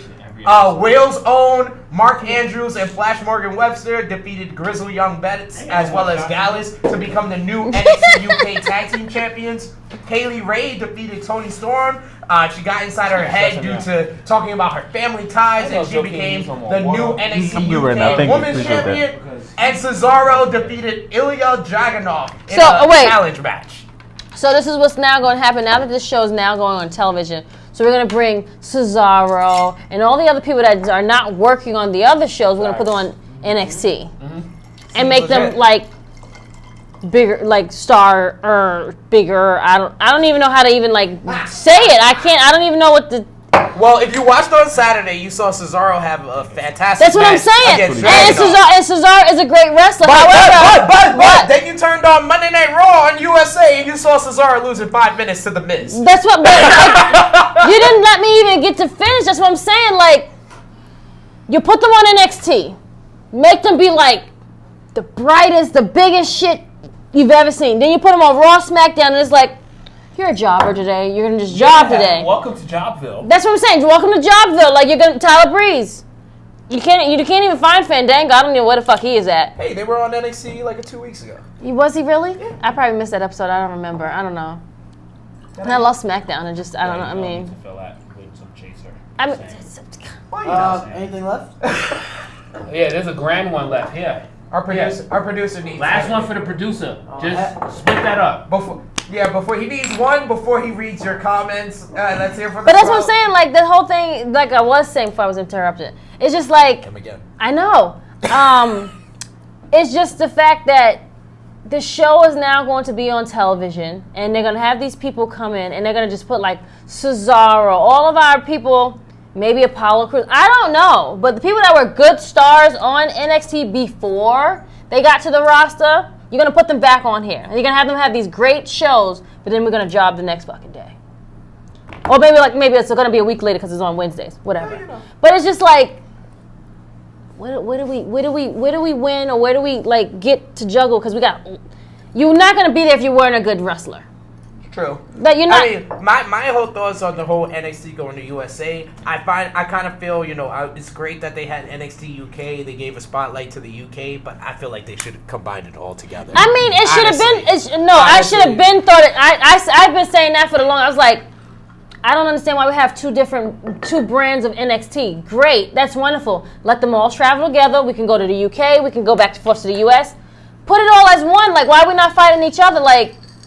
Do we have enough where we can like interject both of them together? Like I think there's enough talent on both sides. Yeah, make it one and make a bigger show on the USA. What's your thoughts on like NXT UK and where it stands right now? I like it, and I think what they want to do is go global. Like it's Pete Dunne on both shows. Like I'm confused. The specific reason of giving the locals a reason to subscribe to WWE. So like. I don't know. But that's because I feel overseas. Are we still having takeovers? I'm confused. Like, what are we doing? Are we doing like every month pay-per-views? I'm sorry to interrupt you. No, but I think I'm confused is that still now. I don't know what to expect. I'm just. My thought process is I feel overseas is way more into the independent scene. That's true. Like Australia has huge. Shazza was just on AEW, so like. I feel when you're overseas, they're more, kin to going to independent shows, and I think the E realizes that. So if we have a UK, if we have a China, if we have a Japan and Australia, then you can be like, you know what? I can see the people I've seen in the town halls on a grander stage, and it's only going to be 10. I think they're talking about bringing it up to $14. Like it might not be. Wait, my fee gonna go up now? That's what I've been hearing. Oh hell no! We can't do that. How am I supposed to pay for that? And Netflix and Disney Plus and all this other shit. Like, no, you can't make that shit go up. But wait. Did you? It's about to be a whole nother bill. That's what I'm saying. Did you see the thing that they were doing? Disney Plus, Hulu, and ESPN. Like, you can get all three for like $13. Nah, son. Oh hell. Dropping the facts right now. But what I think with you're gonna have to teach the kids. That cable is about to be disconnected. For sure. What? Like they already watch YouTube on like a regular. I don't even cut off. They don't even need television like Disney that. No. Plus, ESPN Plus, and a movie app of my choice. Yes. That's all I need. Like no one needs fucking cable. Like no one needs cable. Legit, no one needs cable. I'm sorry. If you want to just watch live TV, you can just get YouTube Live or whatever those other shits are. But what I'm trying to get to is you have these region-specific NXT brands. It's a backwards way. It's like we're backdooring you to love our product. Like you're gonna get this because all your regulars are now on a grand stage. And oh wait, the WWE's on. I might as well watch WrestleMania. I might as well watch Royal Rumble. So then the numbers get jacked up, and now they're getting global money. Like when it comes to making money, they seldom do bad things. It's just like they're almost always spot on when it comes to making money. Now, when it comes to ventures on spending money, like XFL or their film series, that's a bit iffy. But when it comes to making money, XFL ain't making no shit. The Marine is not a bad product. I mean, I'm not even gonna lie to you. No. Producer guy. So there's a whole. No, you ain't gotta worry about that. I'm gonna use these as my props, right? So there's a whole. So basically, this is what WWE does. They toss it, right? Wait, we can't break this. Okay. It's glasses. It's a big ass cushion there. Let's try not to throw out the window. Right. No, I'm staying very far away from the window, y'all. No, your first one hit the window. It hit the fucking curtain. My point is they throw the stuff away. All they do is throw shit and see if it sticks. Yeah. They throw so much shit and they see if it sticks. And they can't even get proper merch together. And if they don't, so this is all a product. This is all their ideas. They'll throw all of these shit. They got all the eggs in the basket, and then they just whole thing, and then fry them all up. And 2 of these a stick. Yeah, no. That's what I'm saying. Well, that's how they monopolize the business. That's what business is all about. That's how they monopolize the business. Because they have all of this money, all of this revenue, all of this stock. They have too much money. They get to waste all of this. But if these two work, they'll get all of that back. Yes. That's how it works. Aha. That's how it works. Aha. So, imagine a night I'm going with Volta versus Tyler Bate. And MVP, Tyler Bate, because he got that big round of applause, and we got the curtain call for British Strong Style at the end. Let's hear from the Spotlight and the Tru Heels before we get into All Out. Tru Heel Josh says, Jaquan and Sid look like father and son at All Out. Wow, is that a compliment? Wow. No, it's just I'm short, I guess. I don't know. But it's okay, friend. I'm short too. Hey, you know, we story of our life. We see eye to eye there. Austin says, even though JJ makes the neighbors file noise complaints, he can hold his liquor, unlike Jaquan. This is true. That's why Jaquan is drunk guy JJ, and he's top guy JJ. I mean, there's levels to this, you know? Izzy says, Walter versus Bate was so intense. That triple tag team match was amazing. Good show. Yes, it was a fun show. Tia also saw that show before me, and she suggested me to watch that show. I did not have no complaints about that. What show she suggested you to watch? NXT UK Takeover Cardiff, because she had to make a whole post that Kaylee Ray beat my baby mama, Toni Storm. Izzy also said that, regarding Tia, she'll graduate when she watches both nights of Wrestle Kingdom. I agree. Or watch the full G1 Climax tournament. No, we're not. She's not watching that. Why are we taking shots at Tia on Tru Heel Heat? Right. What's up with that? I'm still waiting for her. Shots at her. Talking about graduating. Like, yo, dude, listen. She's a self-proclaimed. Yo, she's her own. I literally said she's a self-proclaimed. I'm still waiting for her to come on the show. Well, I invited her on already. She's shy. All right, last word. Tell her to call me. Don't last word, Chris Gutierrez. Fun fact, drunk guy JJ. Whoa! Whoa! You son of a bitch! You piece of shit! You lucky there's not a whole lot of equipment over there. I ought to throw this fucking chair chaz. Okay. Did you hear what he was about to say? It was an accident. But it really was, such though. a big thing. No, that shit.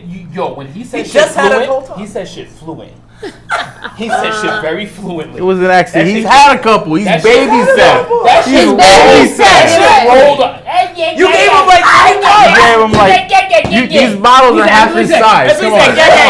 He said, Drunk guy JJ was slurring before SP3's intro. This is true. That is not true. It's not true. That's far from not true. you. You're top guy JJ. Guy. He's drunk guy JJ. Jaquan James. JJ. Listen. I don't know him enough yet to I don't know I've him. literally said drunk guy JJ at least 8 times. So you see, she already knows. You see, for personal not listen to what's going on here. First of all, I gotta get used to somebody else being called JJ. What the fuck? Right, that is kind of true. Yeah. Like what the fuck? Yeah. That's like basically somebody being called on Tru Heel Heat SP4. Well, no one has my initials or right. I'm supposed to be used to another person having my exact name, but instead of saying top is drunk. Like what the fuck? Yeah, I don't like that. You expect me to get used to that in a matter of an episode and a quarter? Yes, after I said it about. All right, let's move on. Gotta go. Let's go all out, man. All right, let's All talk Out. about All Out. Baby Seth, our producer, was there live. I was there live. Drunk guy JJ. So wait, y'all was there together but not sitting together? No, he was with his lovely girlfriend, the Mrs. She Baby went? Seth. Oh, Yes, that's beautiful. All right, she bought the damn tickets. Oh! Mrs. Becky Lynch, baby Becky Lynch. Yes. All Out, we had Chris Jericho. He became the first ever AEW World Champion after defeating Hangman Page in the main event. Hangman Page that came out on a freaking horse. One of the best entrances I've ever seen. One of the most insane, probably the most insane ladder match of all time. Escalera del Monte as Lucha Bros defeated... Can someone give me their sign so I can watch it? Thanks. I got you, Sim. Lucha Bros defeated the Young away Bucks in Ocean I'll send you City. the link later. to successfully defend the AAA Tag Team Championships. More importantly, after the match, Santana and Ortiz, formerly known as LAX, known as Excalibur, as Double Weekwas, or known Is that who said that? Yo, Excalibur. Yeah, how racist was that? It was very How racist. racist? The Boricuas have arrived! But I do like At AEW! I mean, okay, fine. I'm That one of shit the was few racist that as did fuck. enjoy, that I do like their new name, which is Proud and Powerful, PNP. I love it. Santana and Ortiz. I do But enjoy that's that. what Wait, what's you their gotta name? give them a little bit of Proud and education. powerful. You gotta give them a little bit I of hate it. education before coming on there. Nope, I Talking don't like about the Boricuas have arrived and shit. That's like, you know what I mean? Like, Oh, so they couldn't bring LAX with them. Damn. No, they couldn't. Nah, Shit. Impact owns that. Basically, Homicide had originally owned the copyright for LAX, and then he sold it back to Impact when Santana and Ortiz came in. that's So Impact. Impact That's owns Impact. Latin American Exchange, so they Damn. can't use So it. now That's they call Impact Proud and what? Right now, Proud they're and known Powerful. as Santana and Ortiz, but online they've changed their names to Santana PNP, Ortiz PNP, which is Proud and Powerful. I like Santana and Ortiz though. Yeah, Yeah. just Incredible. They're incredible. I like just. they're great. They're awesome. I love them. Oh my god, I love them. Like I just an actual just Santana and Ortiz. I like that shit. I mean, but so the Proud Like and no Powerful one, thing. no one couldn't find them a better name though. I hate it. I mean, I don't like I it. don't didn't like it. have the conversation with Mike. Just knowing the history of Puerto Rico, like it became illegal for about 9 years to wave the Puerto Rican flag in Puerto Rico.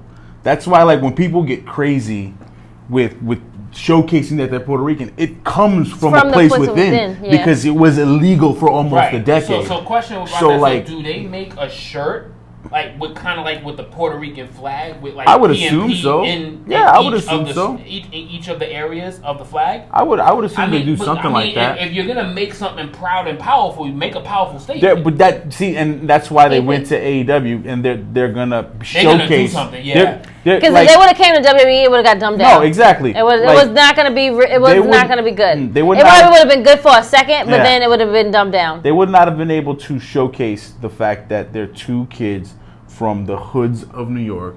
They're proud to be Puerto Rican. Like, if you really stop It and reminds you of think Jesus about and it, Merle, almost. you really stop to think about it, like, But wrestlers. who has been a top-notch Latino from New York to make it? It doesn't exist. Very rare. I mean, Doesn't exist. Oh, you mean wrestler? in terms of Homicide wrestling- and Low Key came before them, but they didn't really reach that apex. I think AEW has already surpassed Impact in terms of Because the biggest, You think? No, it's happened, friend. So- the biggest Spanish stars from El Paso, Texas. Yep. Exactly. So, to be able to showcase the fact that they are proud of who they are, where they Now, come if I from. was drunk, I wouldn't be able to remember that shit, you some bitches. Fuck. So I like the name. It's meaningful to them. It Proud and powerful. it has standing to them. Like it. I mean, I guess. All right, fine. Great, Joe. But it would be PNP. I'm 100% sure it's always going to be shortened to PNP. Absolutely, and that makes more sense for them to No, go by that. real quick. Go Chris ahead. says they would have been the Spanish-American partnership. NAW. SAP. Press your SAP button for SAP. Or they would have been the Latino Spanish Express. No, the Latino and Spanish experience. Yeah, no. Yo, they are the. Yo, it's literally. Yo, not kid you not. They'll find a racist Spanish name. No, it's a bunch of flavorless white guys sitting at a desk with no touch on the cultures. And they come up with when they came up with the Viking experience, I was like, I'm done. I'm so done. The Kabuki Warriors was the worst one I heard. I'm so done. But we digress. Yeah. But I said it on Saturday when they debuted. PNP coming to AEW confirms that they have the best tag team division in all of mainstream professional wrestling. With PNP, the Lucha Bros, and Young Bucks. Lucha Bros and Young Bucks, that was a 5-star ladder match. I've never seen some of the spots. That top of the ladder Canadian Destroyer through a table is by far 2019 not over yet. That's the spot of the year. I appreciate you so much. Thanks. Just send me the link, Baby Seth. I appreciate you so much. Thanks. She already want to see it. She want to see it. I would have if I was in town. I would have been at Legends, guys. First of all, credit. Thanks. Keep an eye out. It's fine. But also, I was not in town, so I missed it. I've heard I basically know what happened the whole goddamn show because everyone was all over talking about it. So, but I do want to see it though. Also, a great match was Pac versus Kenny Omega. I did not agree. One negative about the show, I did not agree with the match layout and how they basically worked the card. Having Pac and Omega that early in the show. What day was the number 2? It killed the matches following the Cracker Barrel Clash because the Cracker Barrel Clash had enough high spots to respond from that. It should have been like almost second to last though, wasn't that? Or like in the middle, like should have been like fresh out of the intermission. Right, like in the middle. They usually have an intermission during these shows. Do they have an intermission? No, it's a pay-per-view. It's a pay-per-view. I know, but I'm saying like they didn't have like a little Only brief. ROH has intermission. Like they have like a long like a video package. Only ROH has intermission during. WWE used to have the long. They have video package, but that's for the top 3 in matches. between the matches. That's for the top 3 matches. So I just thought that they would have had like a long video package prior to this match to at least give people the opportunity to do something. Well, they didn't have a long video package because there was no build up to this match. There was none at all. That shit was straight into it. Yeah. So is that number you 2 think though? why they made the call to make them the second match on the card because there was no story to lead into it? It's one that, and also the fact of the finish with Pac actually submitting Omega and making him pass out. They knew the fans were going to respond to that with like shock or either silence, and they did a mixture of both. They did. And that's the first time that Omega has ever passed out during a match. Yeah.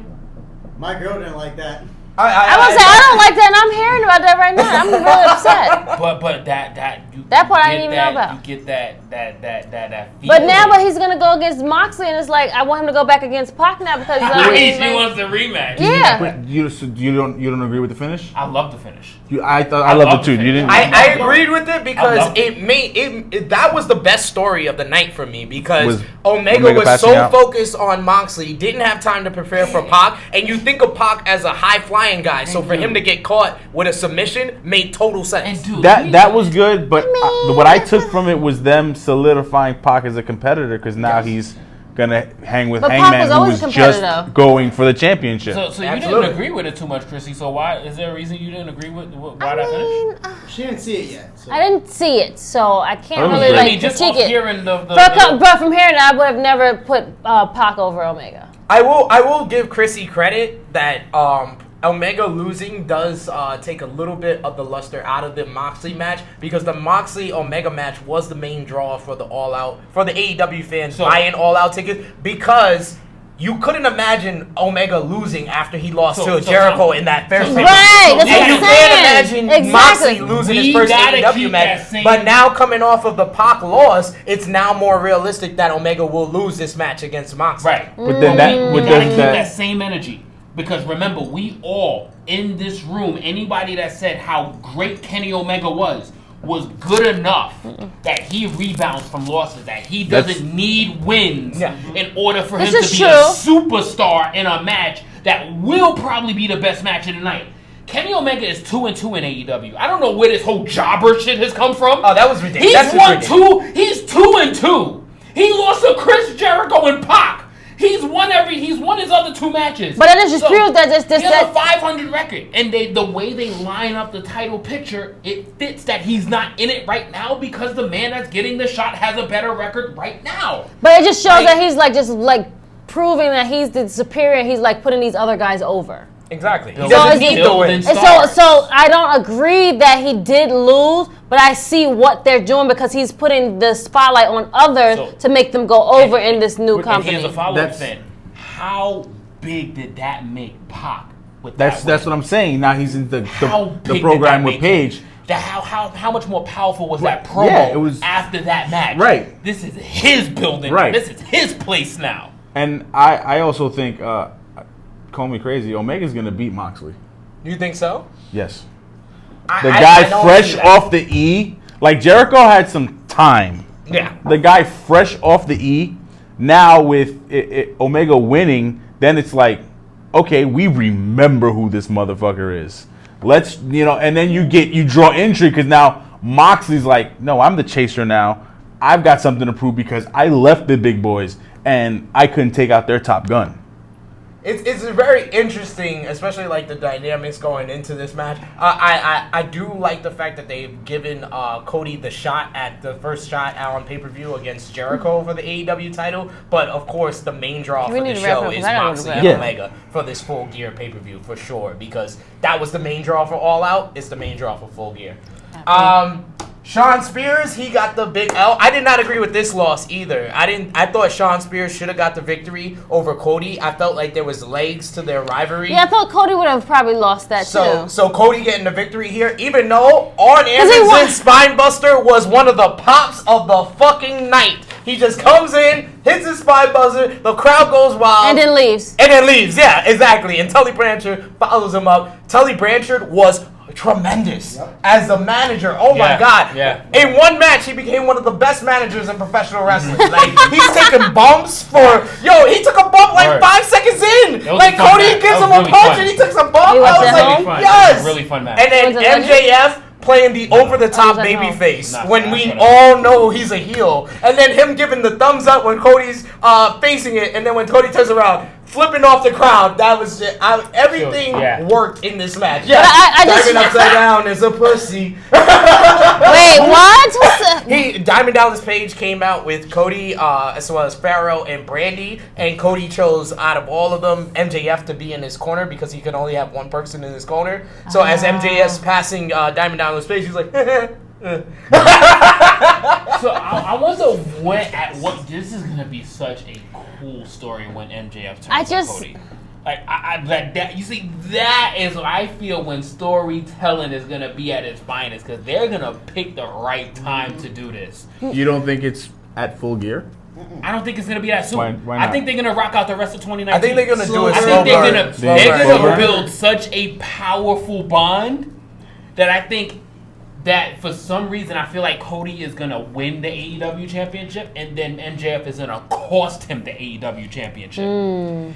That you can't get a bigger burn than costing you the biggest prize in the business, which is gonna lead to a hell of a record. Once MJF starts talking, the whole world listens. Not for nothing, I feel like Dusty Rhodes wrote all this shit down, and Cody's just copying and pasting all this shit and just using it. Have you ever seen The Waterboy when the coach took that old ass playbook and he just started digging in the old ass that's what I'm saying. I swear. That's my man Cody digging in Dusty's that's what I'm saying. Like Cody digging in Dusty's if this is not Dusty Rhodes reincarnated in like some kind of way, or like he wrote all this down, he's like, sons, this is what I want y'all to do. I need y'all to do all of this, such and such.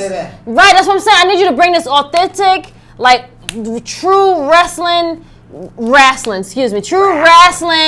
to its finest and, like, execute it and just give those niggas a run for their money. Do you see the shit I'm talking about with the Tru Heel Heat commentators, with the people that comment? Joakim, my man, I want you to read that comment from Krssi, right? From Chris Gutierrez, right? Cody beats Jericho, then MJF turns and wins the title from Cody, setting up MJF and Hangman, finally coronating Hangman as the man of AEW. Prediction. What the fuck? Did I not just say that?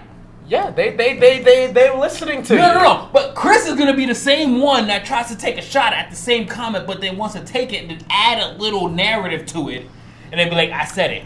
And Josh, I don't know who over here has a cartoon pick. Does one of y'all have a cartoon pick? JMC. Oh God. Yeah, your boy JMC. Going on in the your comments. boy JMC. Yeah, I was paying attention to that shit, and I'm like, who the fuck has a cartoon pick? JMC, your boy. Oh, Dark Order, another bad negative of the All Out. Dark Order is not over at all. They are not over at all. Legit. As soon as the Dark Order is the formerly known as Super Smash Brothers, which is Evil Uno and Stu Grayson, who looks like Cronus from one of those old video games, or Oni Larkin, whichever you want to say. But as soon as the graphic for Dark Order's match came up, legit, Can I get a charge? 50 people from my section went to the concession stand. It was ridiculous. Like, and they were bored. They had to go. No, it's just Dark Order is not over, and we're not interested in them. But they did get the victory. They got a first round bye in the AEW Tag Team Tournament. The highlight of this whole Dark Order situation was after the match, lights go off, lights come back on, Orange Cassidy. Yes, Orange Cassidy versus official AEW debut, siding with his training partner Chucky T as well as Trent Beretta. That was one of the pops of the night for sure. Match of the night, of course, was the Young Bucks versus Lucha Bros. The ladder match? Yes, Escalera del Monte. So you said their ladder match is one of the best ladder matches you've ever seen. It's one of the best I've ever seen, and it's by far the most insane ladder match I've ever seen. Really? I've ever seen. So it's better than... You've seen some ladder And we've seen some ladder matches. I've seen Generico versus Steen in ROH. I've seen the Young Bucks versus the Briscoes versus SCU at Final Battle this past December. I've seen them both live.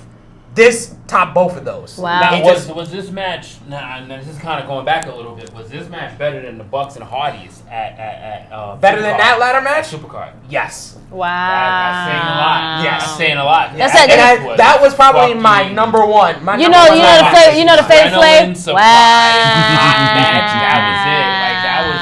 That's something. I mean, the moment where I knew was amazing. The moment I knew it was the most insane is when, like, literally feet away from me, Nick Jackson tries once again to go through two tables and once again botches that same fucking spot he did at Final Battle. He trips on the top rope, goes to the first table, and then his head hits like that. What were the Young Bucks dressed as this time? Man. Oh, they came out with masks, with horns. They came out as like luchadors. Yeah, they came out as luchadors. They had the sugar skulls. I love a sugar skull. Oh my god, yes. To that, but it was like it looked like that of a buck. I need a photo. I gotta see what that looked like. I wish I still had my Young Bucks that I collected from All Out. So I'm personally my favorite is still for me is Street Fighter. That for me, Ken, Ryu, and Akuma, that shit was fucking legendary. For their PWTs meet and greet, they were actually, that was the picture they were signing for the fans. That was legendary. So, that was fucking legendary. Let's hear from the Spotlight and the Tru Heels about All Out, Royal Quest, as well as Takeover Cardiff. All right, Chris with the question. Which was better, WrestleMania 17 TLC or Escalera de la Muerte? What? The better match, I would say TLC 2 at WrestleMania 17. The more insane spots in one match. Escalera del Monte had some of the spots that I didn't even think I could imagine they did in this match. I mean, it's hard to really put those two matches in a comparison because WrestleMania 17 was so groundbreaking. Mm-hmm. So all you're doing is innovating off of excellence. Yeah, like that was so innovative. No, they just basically I just have to watch it. Thank you. Yeah, it was. If you added PNP to that Lucha Bros Young Bucks match, then it probably would hit the level of WrestleMania 17 and be groundbreaking. But as far as insane spots, there's nothing topping that match. Anthony Carragher says slow burns are the best thing if done right. Absolutely, and that's why I'm enjoying the whole Omega losing matches because it's leading to. He's won so many that he needs to start losing. And it's all about creating the story of Omega being in a funk, being in a slump. So when they get onto TV, he can get his momentum Jim back. Ross laid the seeds. He said that he'd leave his heart in Tokyo. Something as simple as that. Good segue. But who is the one guy that can afford losses in AEW? Omega. Who's the one guy? He is that good. Like, we know how good that's what I'm saying. He's that guy that he can put everyone over. He's that good that can build talent through great matches and taking a controversial L. But I think that guy. John Moxley said this on the Chris Jericho show. He's like, we're here to like help and like put these guys over to like make this thing better than where we were before.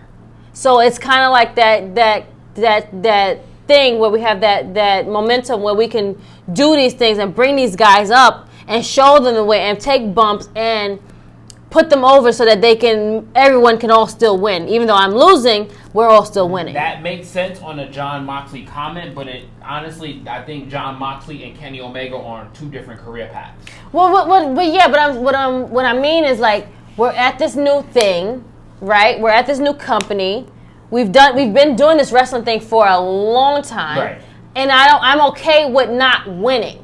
I'm okay with letting these guys go over, and I can put on a good ass match to put these guys over. That's what I got from what he said.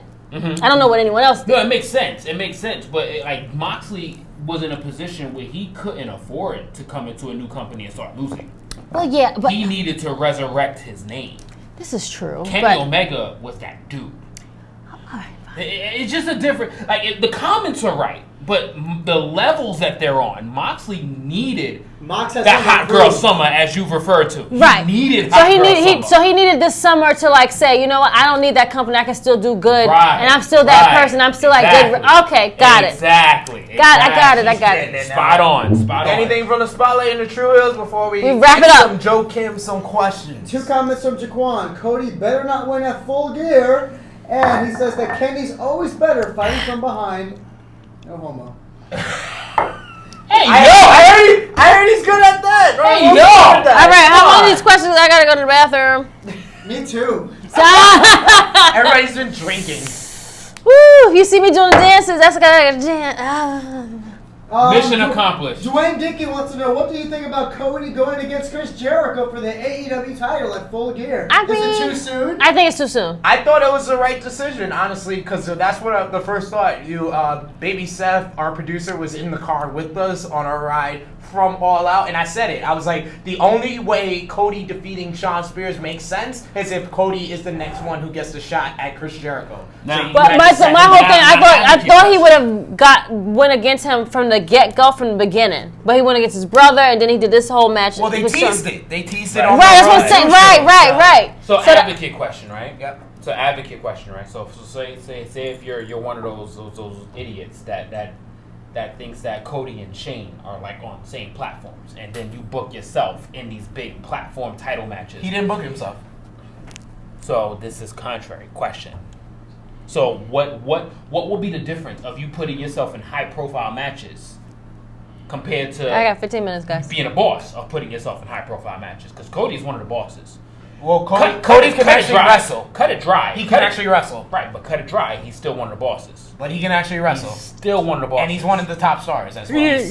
He's unlike Shane McMahon. Baby Seth, you need a charge? Completely concur. You need a charge? Moving forward. I have a block in the charge block. Because I totally love the decision of Cody fighting for the championship that MJF is going to help him win and then take away. I feel like MJF is going to cost him this match. So we have differing opinions. You sided with Joakim. You sided with Joakim. Yeah. Because it's a you sided with Joakim. That's fine. Sorry. It's a big block. It's like really long. Yeah. So. There you go. No, that's a hat. Go ahead, Joakim.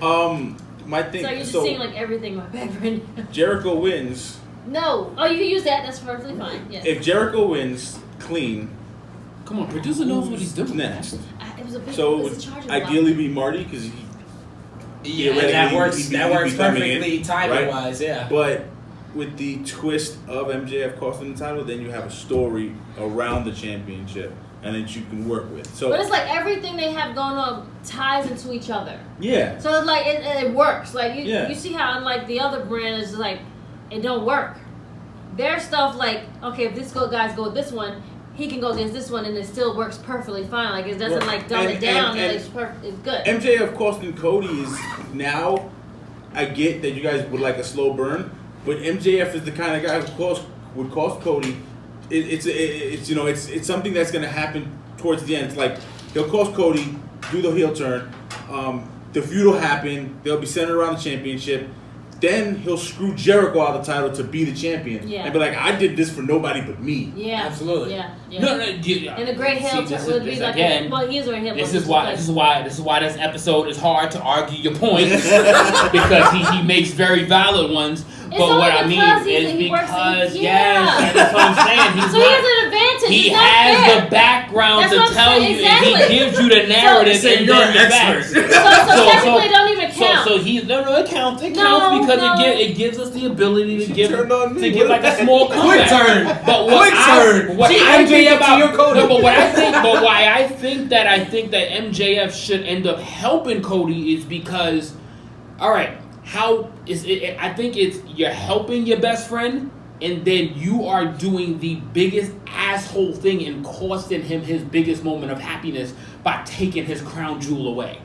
But because Chris Jericho's name profile is all you needed to do is to establish the AEW brand. Because remember, Chris Jericho is going to be the champion until November. It's not like the pay-per-view is happening in next month. Yeah. I mean, that's happening in November. That's too short of a reign for the first But you're basically making him into TJP with the WWE Cruiserweight Championship. I believe that he is going to have multiple title defenses on TV. He's only going to have one before the pay-per-view. On TV? He's only going to have one before the pay-per-view. Because that's what we know now. They've already confirmed. They said the first AEW title match is going to be in Pittsburgh. 2 weeks after that is the pay-per-view. So there's only going to be one on TV. All right, so first of all, Chris Jericho is about to be 50 years old. He doesn't need to be the champion for long. He just needed to put star power on the title. He needs to be champion for at least a couple of months. Which is exactly what he's going to be champion for. He won the title in September. He's going to have the belt until November. That's 2 months. That's too short. That's too short. A few months is the type of reign. So are we saying a couple of months or are we saying half a year? Like, pick one. I think closer to half a year. Half a year. So then pick one. Couple months is more than 2 months. Yeah. You said 2 months. I'm predicting he's losing the title due to MJF's help, and then MJF costs him the championship on the next pay-per-view. I'm ready to put money on that and watch you lose. But we gotta get into questions. We gonna put money on our fantasy football league, and you gonna lose in that too. Hey, like you've been losing in fantasy wrestling, right? On the day fantasy wrestling. Well, first of all, I'm in second place in fantasy wrestling. Behind who? Behind who? Fantasy wrestling ain't got nothing on fantasy motherfucking football. Let's talk about who's number one in that league? You're number one. All right. You're number one in that league. We're talking about wrestling. We're talking about football. That's a whole sport you don't know nothing about. Hey, we're sticking on wrestling. Yeah, so stick to wrestling. So we gotta ask Joakim some questions. I've seen this guy on the day of the show. He is like running around, got his head 2,000 miles. So that's why this is the first question for you. On the day of an event, of a day of a Battle Club Pro event, what is your biggest worry or concern that you are constantly thinking of?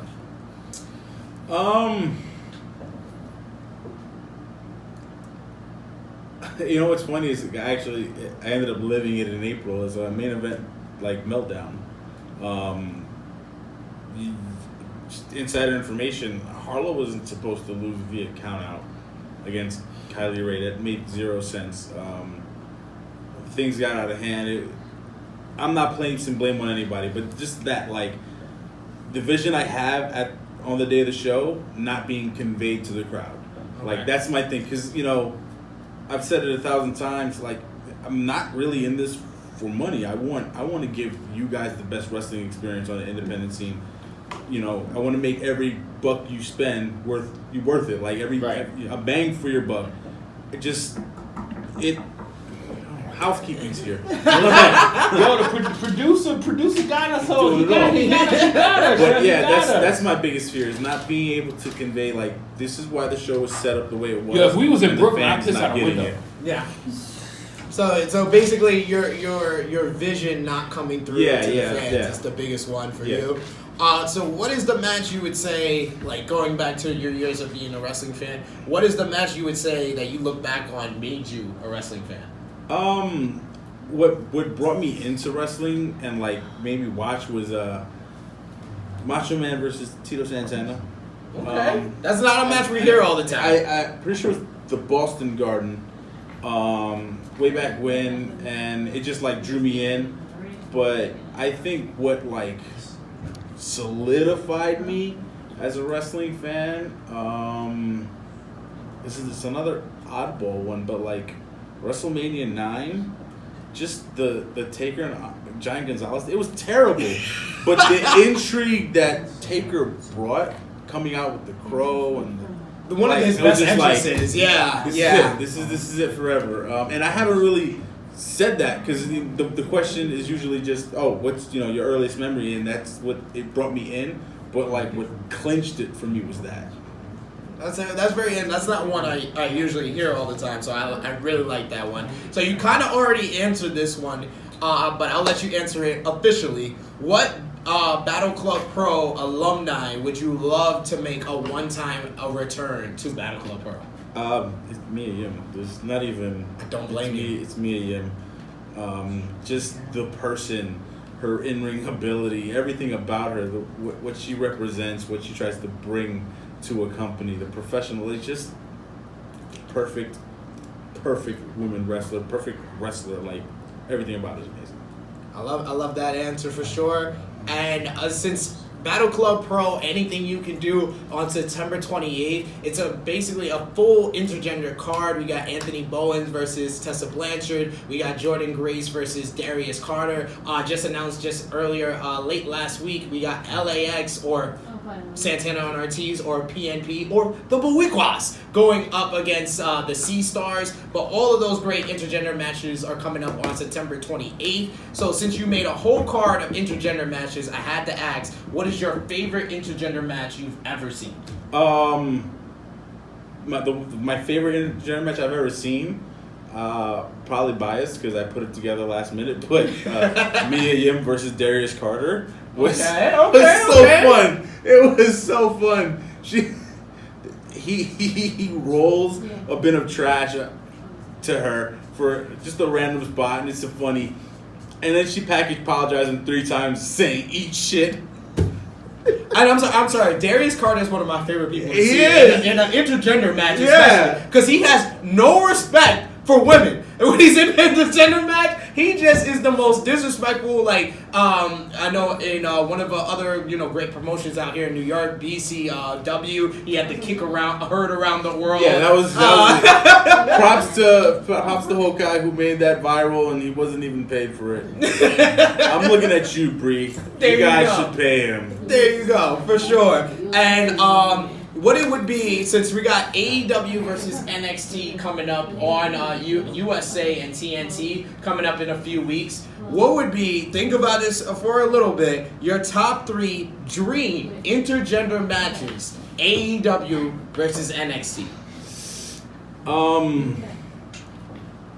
Shayna Baszler versus Kenny Omega. Ooh, wow. I like that. I like that. That's what I would have never thought of. I'm still here. I'm just in the background. Don't worry. I'm gonna go Asuka versus Pac. Okay. And Mia versus MJF. Because that was a match I booked and it never happened. Oh, man. So if I could have my dreams come true, Mia would wipe the floor with him like she was supposed to. There you go. So, and then one last intergender match I need you to think of, your all-time dream intergender match. They could be dead, alive, Patrick Hickey had asked me this. We did an interview for Review Fix. And again, I'm going to sound like a broken record, but it's just because of how fond I am of everything she does. Mia Yim versus CM Punk. He asked me if you could give me another one. I like dead versus alive. Yeah. Eddie Guerrero versus Io Shirai. Ooh, and this was and he I think he said Kurt Angle versus Alundra Blaze was his, which is great. Okay. And then I started like thinking about it, and I'm like, how dope would Bull Nakano be versus any of WWE's like heavy hitters, like just Cesaro. I would like that. Sheamus. I mean, he's not the best wrestler, but just watching them beat the ever living crap out of each other. I just thought of it. My dream match for Bull Nakata versus Walter.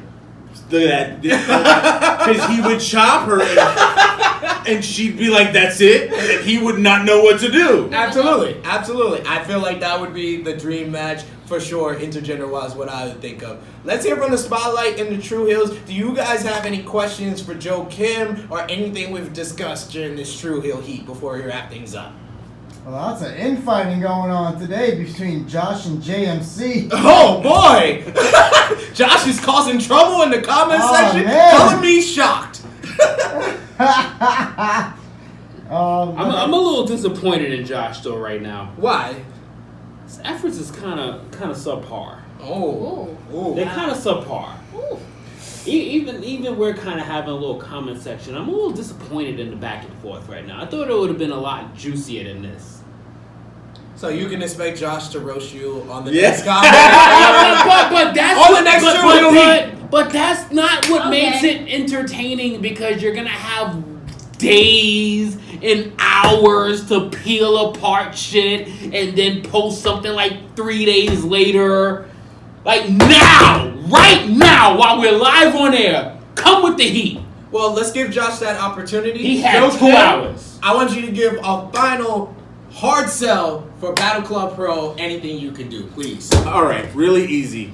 I have announced 5 matches for this show that could main event any independent show anywhere. You are going to have Tessa Blanchard, Jordan Grace, Shotzi Blackheart.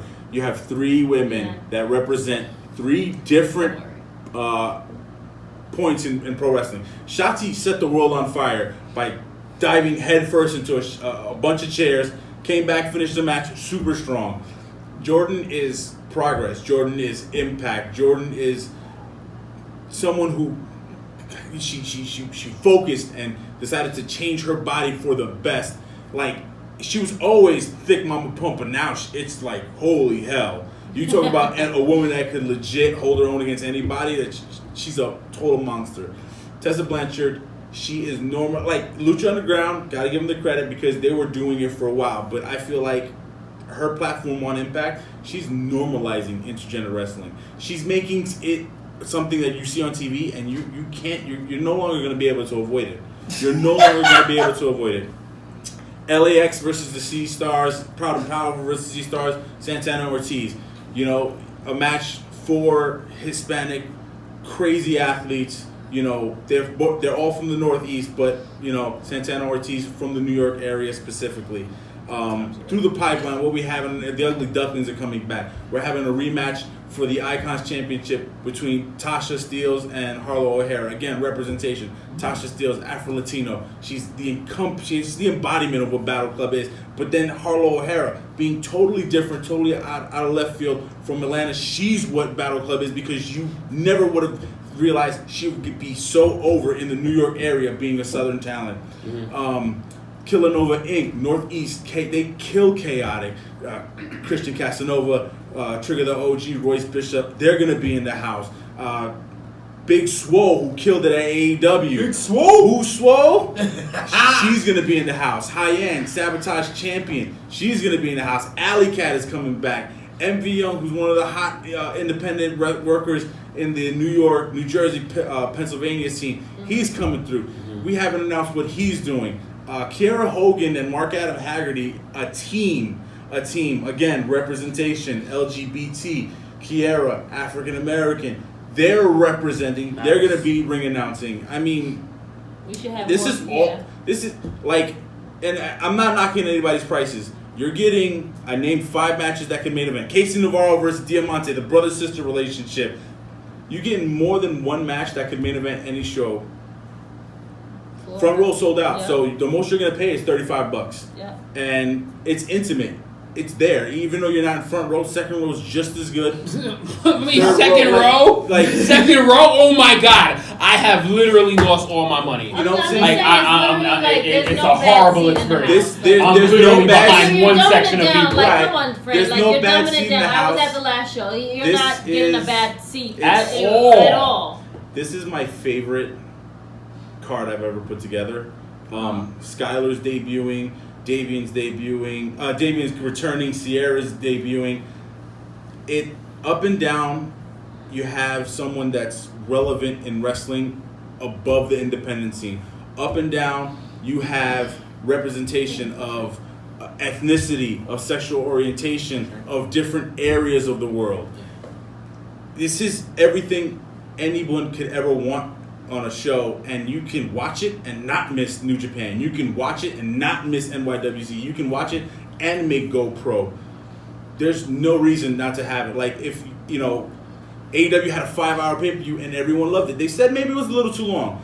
You know, you catch my show 2.5 hours, get a bite to eat, and then hit New Japan. Get a bite to eat and hit GoPro. There's no reason not to come. It is top to bottom my favorite card. It is stacked. Every match has someone who's relevant to more than just the independent scene. Every single match. There's no reason not to be there. I would love for all you to be there. If you can't be there, that's fine. Like, comment, share, retweet, help out. Everyone should be at this show. I feel like this is the absolute... I think you're giving too much because he said just give a quick thing. No, I'm sorry. No, this is the hard sell. That's what I think you're giving everything, and I think you're giving so much that it's like, just go. Just go, for sure. Just go. But this is my heart. Like, the first show I had full control over was like Welcome to War, and Su Yung and Jessica Havoc main event, and it was big for me that those two female competitors were the main event.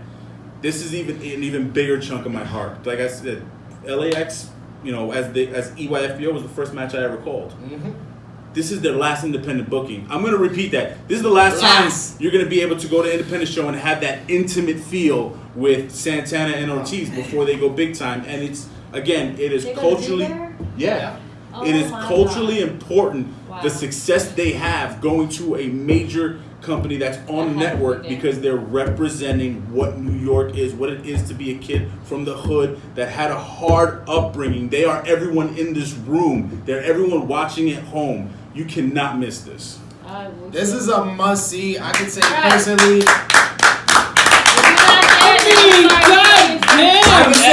I can say since last May, I've been going to all the Battle Club Pro shows. Tru Heel Heat has been a sponsor since last May, and I've seen guys like the Bad Apple, Matt McIntosh, who was over at HOG. When I went to HOG, I discovered Darius Carter, who basically played me in our interview together, and one of my best interviews I've ever done. I love him. And just seeing LAX in like that intimate feel, getting to interview them, it just created a whole different atmosphere. I discovered Jordan Grace at BCP before she got to Impact. So there's so much for you to discover. Top Guy JJ, I know he's not been yet. He needs to go as well. Just like each and every one of you in the New York City area, we need you to come out, support Battle Club Pro. Anything you can do. Right, September 28th is the last big jam-packed day of professional wrestling in New York. So we need to make a day of it. Go to Battle Club Pro first, and then we'll all make a whole team. We'll go hand in hand to the Manhattan Center at Hammerstein Ballroom and go to New Japan right after.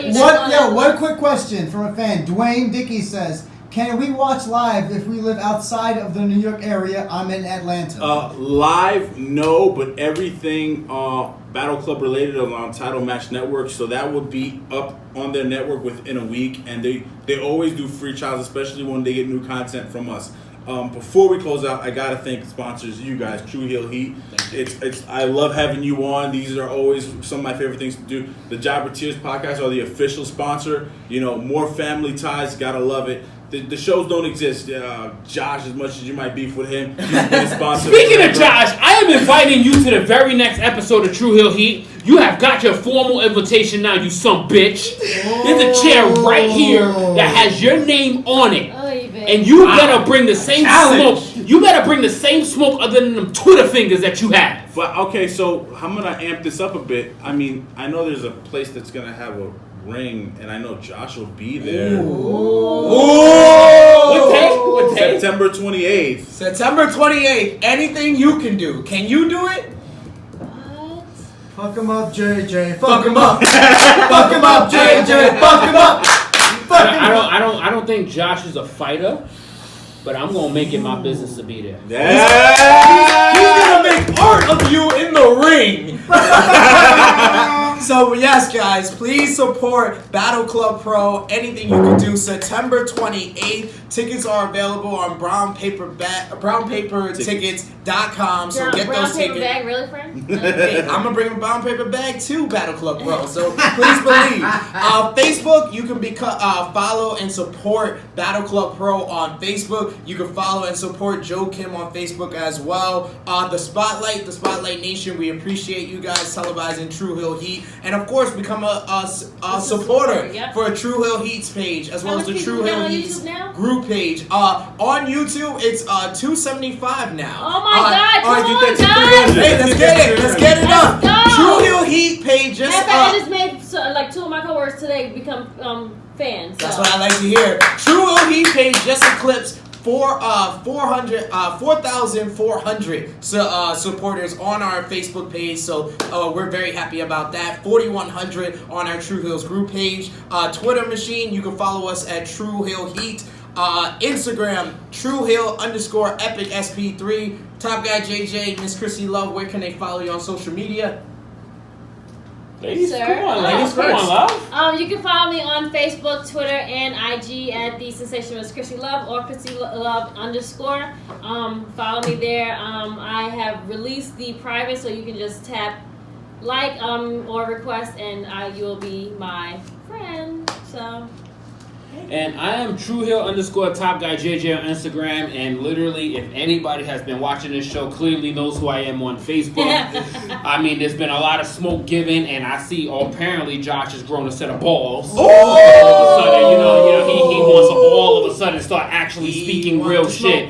And I want to really thank my man Joakim. It has been a freaking pleasure, man. Yes.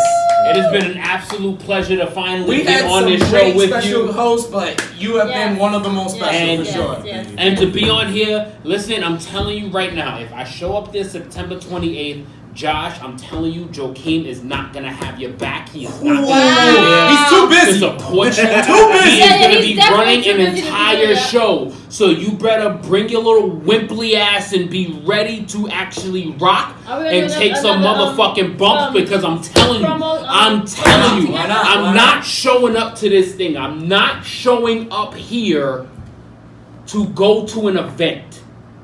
I haven't been to an event in a long time. It's coming for a fight. Yep. If I come here, I'm coming here ready to throw fucking down. Wow, this is I'm telling you this shit right now. Is a promo in You itself? better bring whatever the fuck little balls you got. You better take your glasses off. You better fucking hit the gym. You better fucking get ready. So you're not just because joking I'm telling you right now. Because I'm telling you right now. I've been in the fucking gym for the past few months. I'm telling you. I'm telling you. I've been ready. I'm telling you something. I'm ready for all the smoke. I can take a hit and damn sure I can deliver one. I'm telling you now, boy. This shit takes more than Twitter fingers to get this shit done. This shit takes more than memes to get it done. This shit takes more than posting pictures of putting my face on something and getting shit done. This shit takes physical work, bitch. Woo! Get it work. Get it right. Smoke, all right. Give him that smoke. So, guys, follow us on YouTube. Subscribe to the YouTube channel Tru Heel Heat. Toxic Talk is on YouTube and iTunes. That's my other podcast talking about toxic masculinity. BCP is up on YouTube. We have YouTube, Facebook, Twitter, Instagram is X Battle Club Pro. I'm Joakim Morales on all platforms of social media. I'm very easy to talk to. Hit me up. Yeah. And we're talking about Power on Jimmy Macaram's YouTube channel. And stay tuned. Me and Krssi Love did a whole recap of Power from season 1 to season 5. So that'll be up on our YouTube channel on Tru Heel Heat. Yep. So until Tru Heel Heat 48 for Tru Heel Heat 47 for Joakim Morales, Top Guy JJ, Miss Krssi Love, and it's me, the Tru Heel Phenom SP3. Until Tru Heel Heat 48, signing off until next time. Bitch.